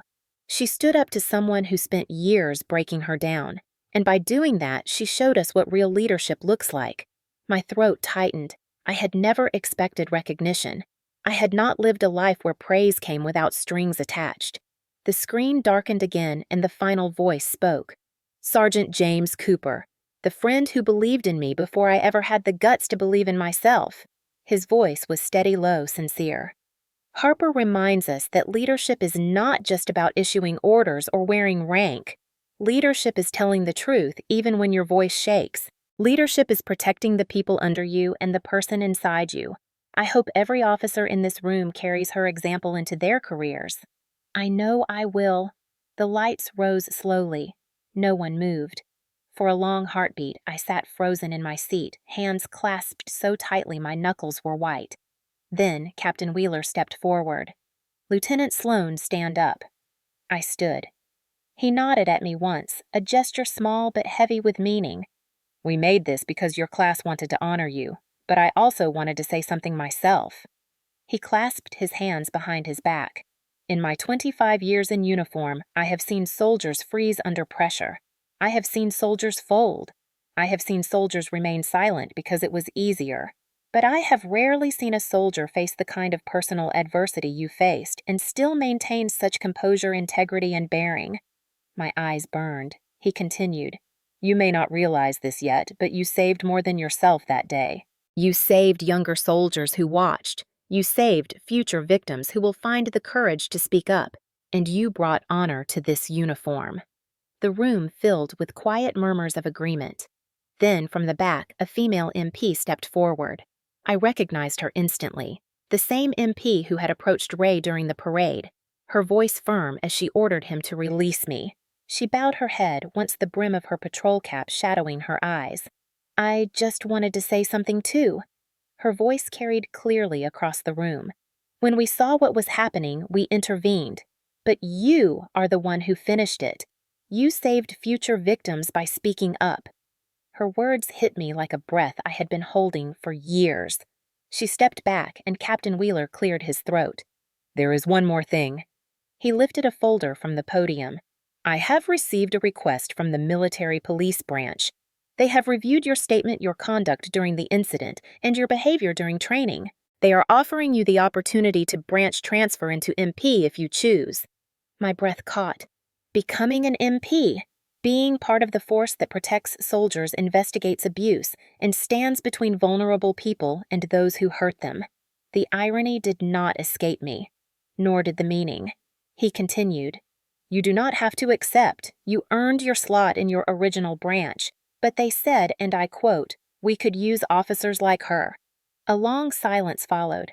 I looked at the folder, then at my classmates, then at the MP who had spoken. I thought of the night I sat on my bed, breaking apart under years of suppressed emotion. I thought of the courtroom, the judge's words, the tremor in my mother's voice when she admitted she had failed me, the counselor's reminder that I deserved love and safety, and I thought of Ray powerless for the first time facing consequences I had survived long enough to finally enforce. My voice was steady when I answered. I would like time to think about it, sir. Captain Wheeler nodded. That is the right call, Lieutenant. He dismissed the group, and my classmates approached me one by one, offering hugs, claps on the shoulder, private words of admiration. Some told me they wished they had been as brave at my age. Some simply said thank you. As the room emptied, I stood in the aisle staring up at the frozen final frame of the video on the projector screen. Me, standing in formation, chin raised, eyes forward. Strong, silent, resilient. I realized then that everything I had done these past months was both revenge and freedom. Revenge was holding him accountable. Revenge was finally pointing a finger at the man who had kept me small.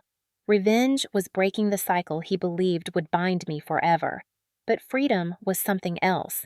Freedom was speaking without shaking. Freedom was sleeping without fear. Freedom was knowing my worth did not depend on his approval or my mother's denial. Freedom was becoming the woman he never wanted me to be. A woman who chooses truth. A woman who chooses herself. A woman who stands in her uniform and does not tremble at the sound of his name. As I left the auditorium, the sun outside warmed my bruises, my scars, my healing pieces. I realized then that justice was not just a verdict. Justice was rebuilding myself out of all the parts he tried to break. Justice was living a life he could never touch again.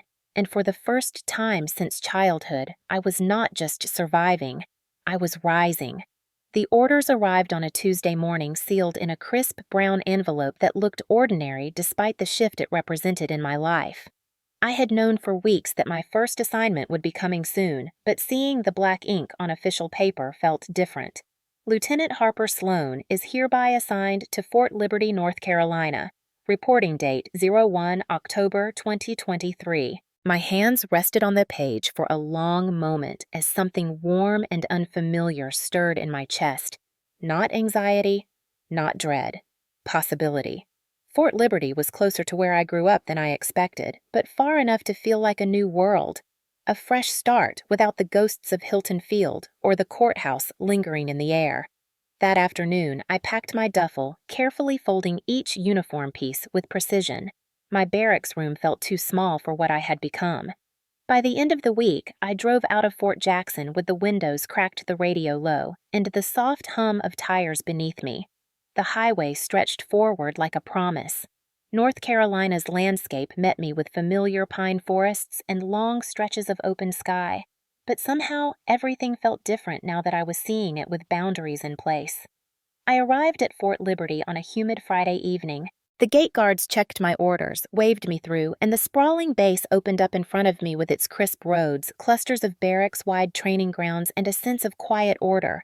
It felt like a place where I could build something steady, something mine. I found a small off-post apartment 10 minutes from the gate tucked behind a row of old oak trees.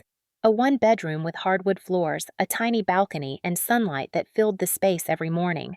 It was nothing extravagant, but as I stood in the empty living room, my duffel at my feet, the silence pressed against me in a way that felt comforting instead of oppressive. This was the first place I had ever chosen solely for myself. No footsteps to fear. No shouting behind closed doors. No need to brace for impact. I sat on the floor for a while, leaning against the wall, listening to the hum of the refrigerator and the creak of the air conditioning turning on. Peace had sound after all. It sounded like nothing. Over the next few days, I settled into routine. Morning PT with my new unit. Orientation briefings. Meeting the officers I'd be working with. They were polite, grounded, professional. One captain, a calm woman named Ellery Hayes, welcomed me with a firm handshake and an easy smile. "We heard what happened at your last post," she said quietly as we walked to the motor pool. "The way you handled it took a lot of strength." I did not flinch at the acknowledgement. For once, being seen did not feel like exposure. It felt like respect. That weekend, I bought mismatched furniture from a thrift store and some new dishes from a little shop near Hay Street. I carried everything up the stairs alone, sweating, determined, surprised at how good it felt to build a home with my own hands. I hung a small framed map of Fort Liberty above my desk. I set a lamp near the bed. I placed my boots by the door, lined neatly side by side. I slept lightly the first night, half expecting my body to wake in fear like it once did after every move, every unfamiliar sound. But instead, I drifted off with my window open, letting the soft night breeze cool my skin. For the first time in years, I woke without a knot in my stomach. Days passed, then a week, then another. The counseling sessions I began at Fort Jackson continued virtually, and each one peeled another layer of old survival instincts away. My counselor asked how it felt to build a life alone. I paused before answering. "It feels like breathing air I did not know existed." She smiled softly. "That is what freedom feels like." I started writing again too. Not reports, not statements, just thoughts, memories, hopes. I wrote about the fear that once lived under my skin like a second heartbeat. I wrote about the strength I had found in the courtroom. I wrote about the video from my OCS class and how it played in my mind whenever doubt crept in. I wrote about the MP who told me I saved future victims. I wrote about the girl I used to be and the woman I was becoming. And then, one afternoon in late October, my phone buzzed. My mother's name on the screen. My pulse tightened. I let it ring twice before answering. Her voice came hesitant, fragile. "Harper." "He wants to talk to you." I closed my eyes. The air in my apartment thickened as memories flickered through my mind like photographs. His hand gripping my arm on Hilton Field. His voice calling me dramatic in the courtroom. The voicemail where he said he would fix my attitude. I swallowed. Why? She hesitated. He says he wants closure. He says he wants to apologize. I did not respond immediately. I knew too well what his apologies looked like. Not admissions, not remorse. Control in softer clothing. She continued. He is having a hard time. He feels misunderstood. He wants to explain himself. He wants you to hear his side. My jaw clenched. His side had been the only side allowed for years, and when mine finally surfaced, he lunged to drag me back into silence. My mother's voice cracked. Harper, maybe if you just had a conversation, this could end better. I let out a slow, controlled breath. Mom, the court order says he cannot contact me, even through you. Her breath caught. I am not trying to break the rules. He is just struggling. He says he wants his family back. Something cold and resolute settled in my chest. For years, he believed he could reach into any corner of my life and shape it with fear. But that era had ended the moment the judge struck the gavel. When I finally spoke, my voice was steady. If he wants something from me, he will not get it. Not now. Not ever. Silence. Thick. Heavy. Then she whispered, You really have changed. I opened my eyes, staring at the ceiling fan turning slowly overhead. I am becoming who I should have been if he never touched my life. She inhaled sharply as if the truth of it cut deep. Harper, he said he misses you. That used to unravel me. That used to be all he needed to say to pull me back. But now it sounded like what it was, an attempt to reopen a door I had sealed shut with my own strength. I answered with no hesitation. I do not miss him. A soft gasp from her end, then a long, trembling breath. He will be angry. I nodded to myself. Let him. A pause. Then she asked quietly, as if afraid of the answer, and me. My heart tightened but remained firm. Mom, healing does not mean letting the person who hurt me back into my life. Not even through you. She did not respond for several seconds. Then her voice cracked. I understand.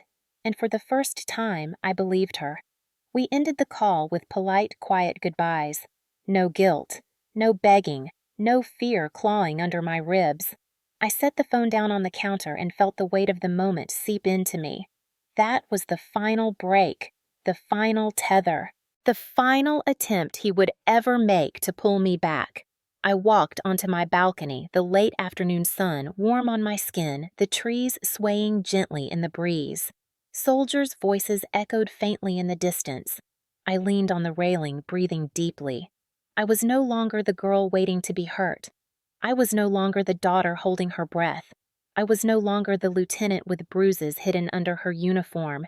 I was a woman rebuilding herself piece by piece, earning peace the way some people earn promotions. Through grit, through truth, through refusal to go back. And as the wind moved through the leaves above me, I realized something quietly profound. Peace was not a reward. Peace was a decision. One I had made the moment I walked away from him. One I made again each morning I woke in this apartment. One I would keep making for the rest of my life. And for the first time that life truly felt like mine. 1800.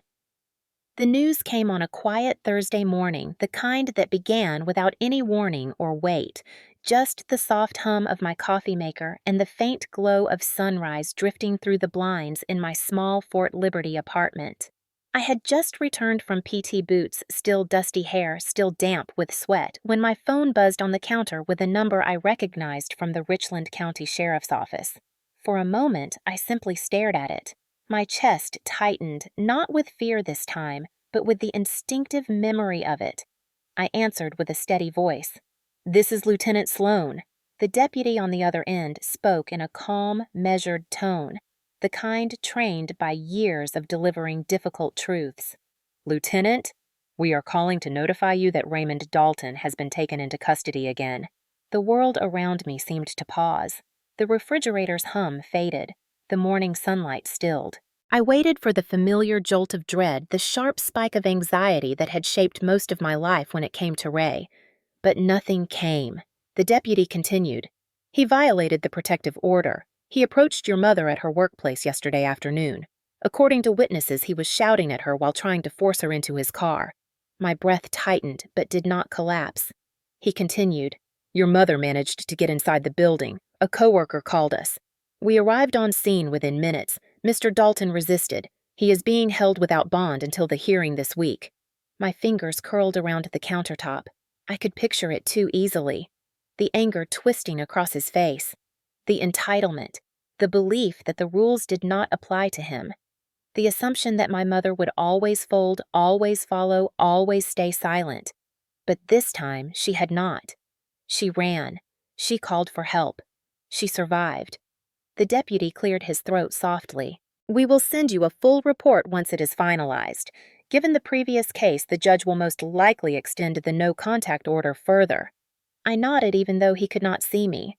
"Thank you for letting me know." He paused. "Ma'am, I know this is difficult.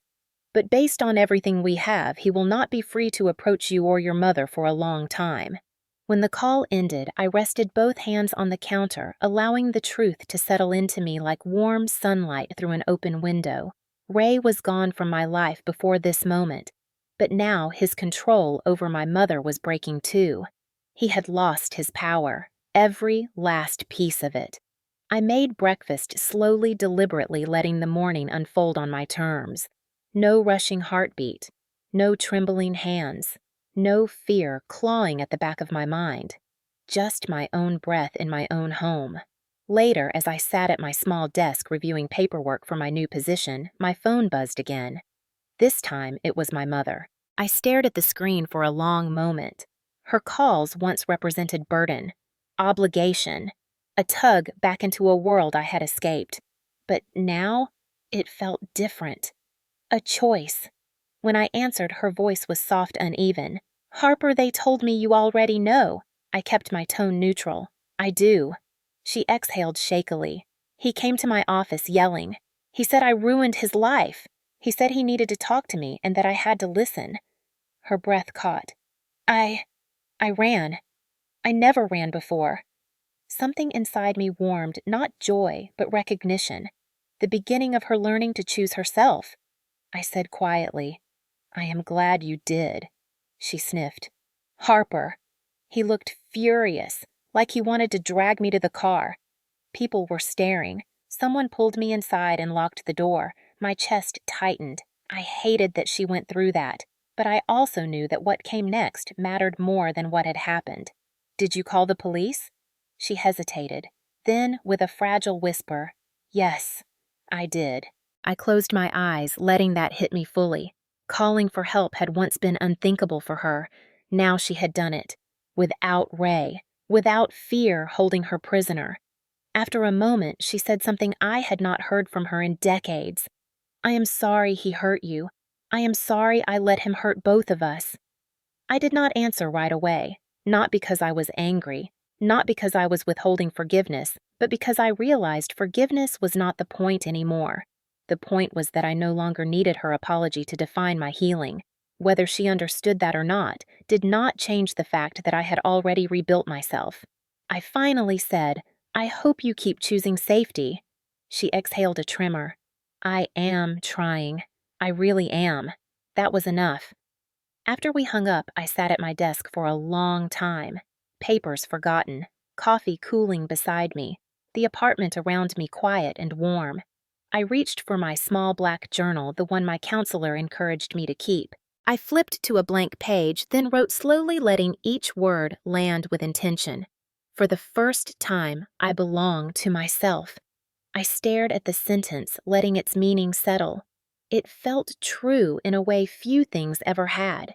I no longer belonged to fear, or to expectation, or to someone else's control. I belonged to my own choices, my own strength, my own life.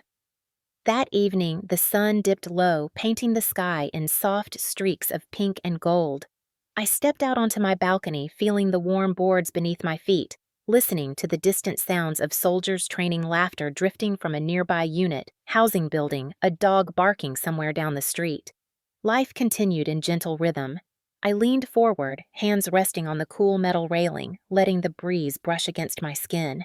My arm had healed completely, No bruise, no tenderness, no ache. But the memory remained not as a wound, but as a milestone, proof of where I had been and how far I had come. The trees swayed, the sky dimmed, and I felt something inside me settle into place, quiet and steady. Peace. Real peace. Not the fragile, fearful stillness of survival, but the kind earned through fire, through truth, through reclaiming every part of myself he tried to take. I thought about the judge's words, the MP's affirmation, my OCS class's video, my counselor's steady guidance, all the people who had helped me break free, even if they did not know it. And then I thought of the girl I once was, small, silent, terrified of her own voice. I wished I could reach back through time and tell her that one day she would stand on a balcony with her arm healed and her heart finally unburdened. She would feel sunlight instead of fear. She would breathe without flinching. She would walk into rooms without shrinking. She would build a life where she belonged solely to herself. I straightened, lifting my chin as the last rays of sunlight warmed my face. For years, Ray told me I would never escape him, that I was weak, that I needed him, that my voice did not matter. But the truth was simple. I escaped. I fought. I spoke. And in the end, he was the one left powerless. I stood there until dusk settled fully, letting the evening quiet fill every corner of me. My life was mine now. My future was mine. My peace was mine. And as night finally drew its curtain over Fort Liberty, I whispered the words again, not as a line in a journal, but as a truth carved deep into who I had become. For the first time, I belong to myself. Have you ever broken free from someone who controlled you for years? I ask that, not as an officer, not as someone who fought back in a courtroom, not as someone who rebuilt her life from the ground up, but as someone who knows exactly what it feels like to be trapped in a story you did not choose. Maybe your story happened behind closed doors where no one could hear you. Maybe it happened in a family that taught you silence was safer than truth. Maybe it happened at work, in a marriage, in a friendship, or in the shadow of someone who used fear as a language and control as a form of love. Maybe you spent years thinking it was your fault. Maybe you convinced yourself that holding on was easier than walking away. Maybe you believed that endurance was the same thing as strength. I believed all of that once too. For years, I lived inside a cage that did not even have a lock on it. I stayed because I was taught that leaving meant disloyalty. I stayed because I thought I was the problem. I stayed because the people who hurt me told me that the pain they caused was normal and that my reactions were exaggerated. When you grow up in that kind of environment, your world becomes so small you forget there is anything else outside of it. But the day you step outside, whether it is by force, by accident, or by a moment of courage you did not know you had, you realize that life is so much bigger than the person who tried to shrink you.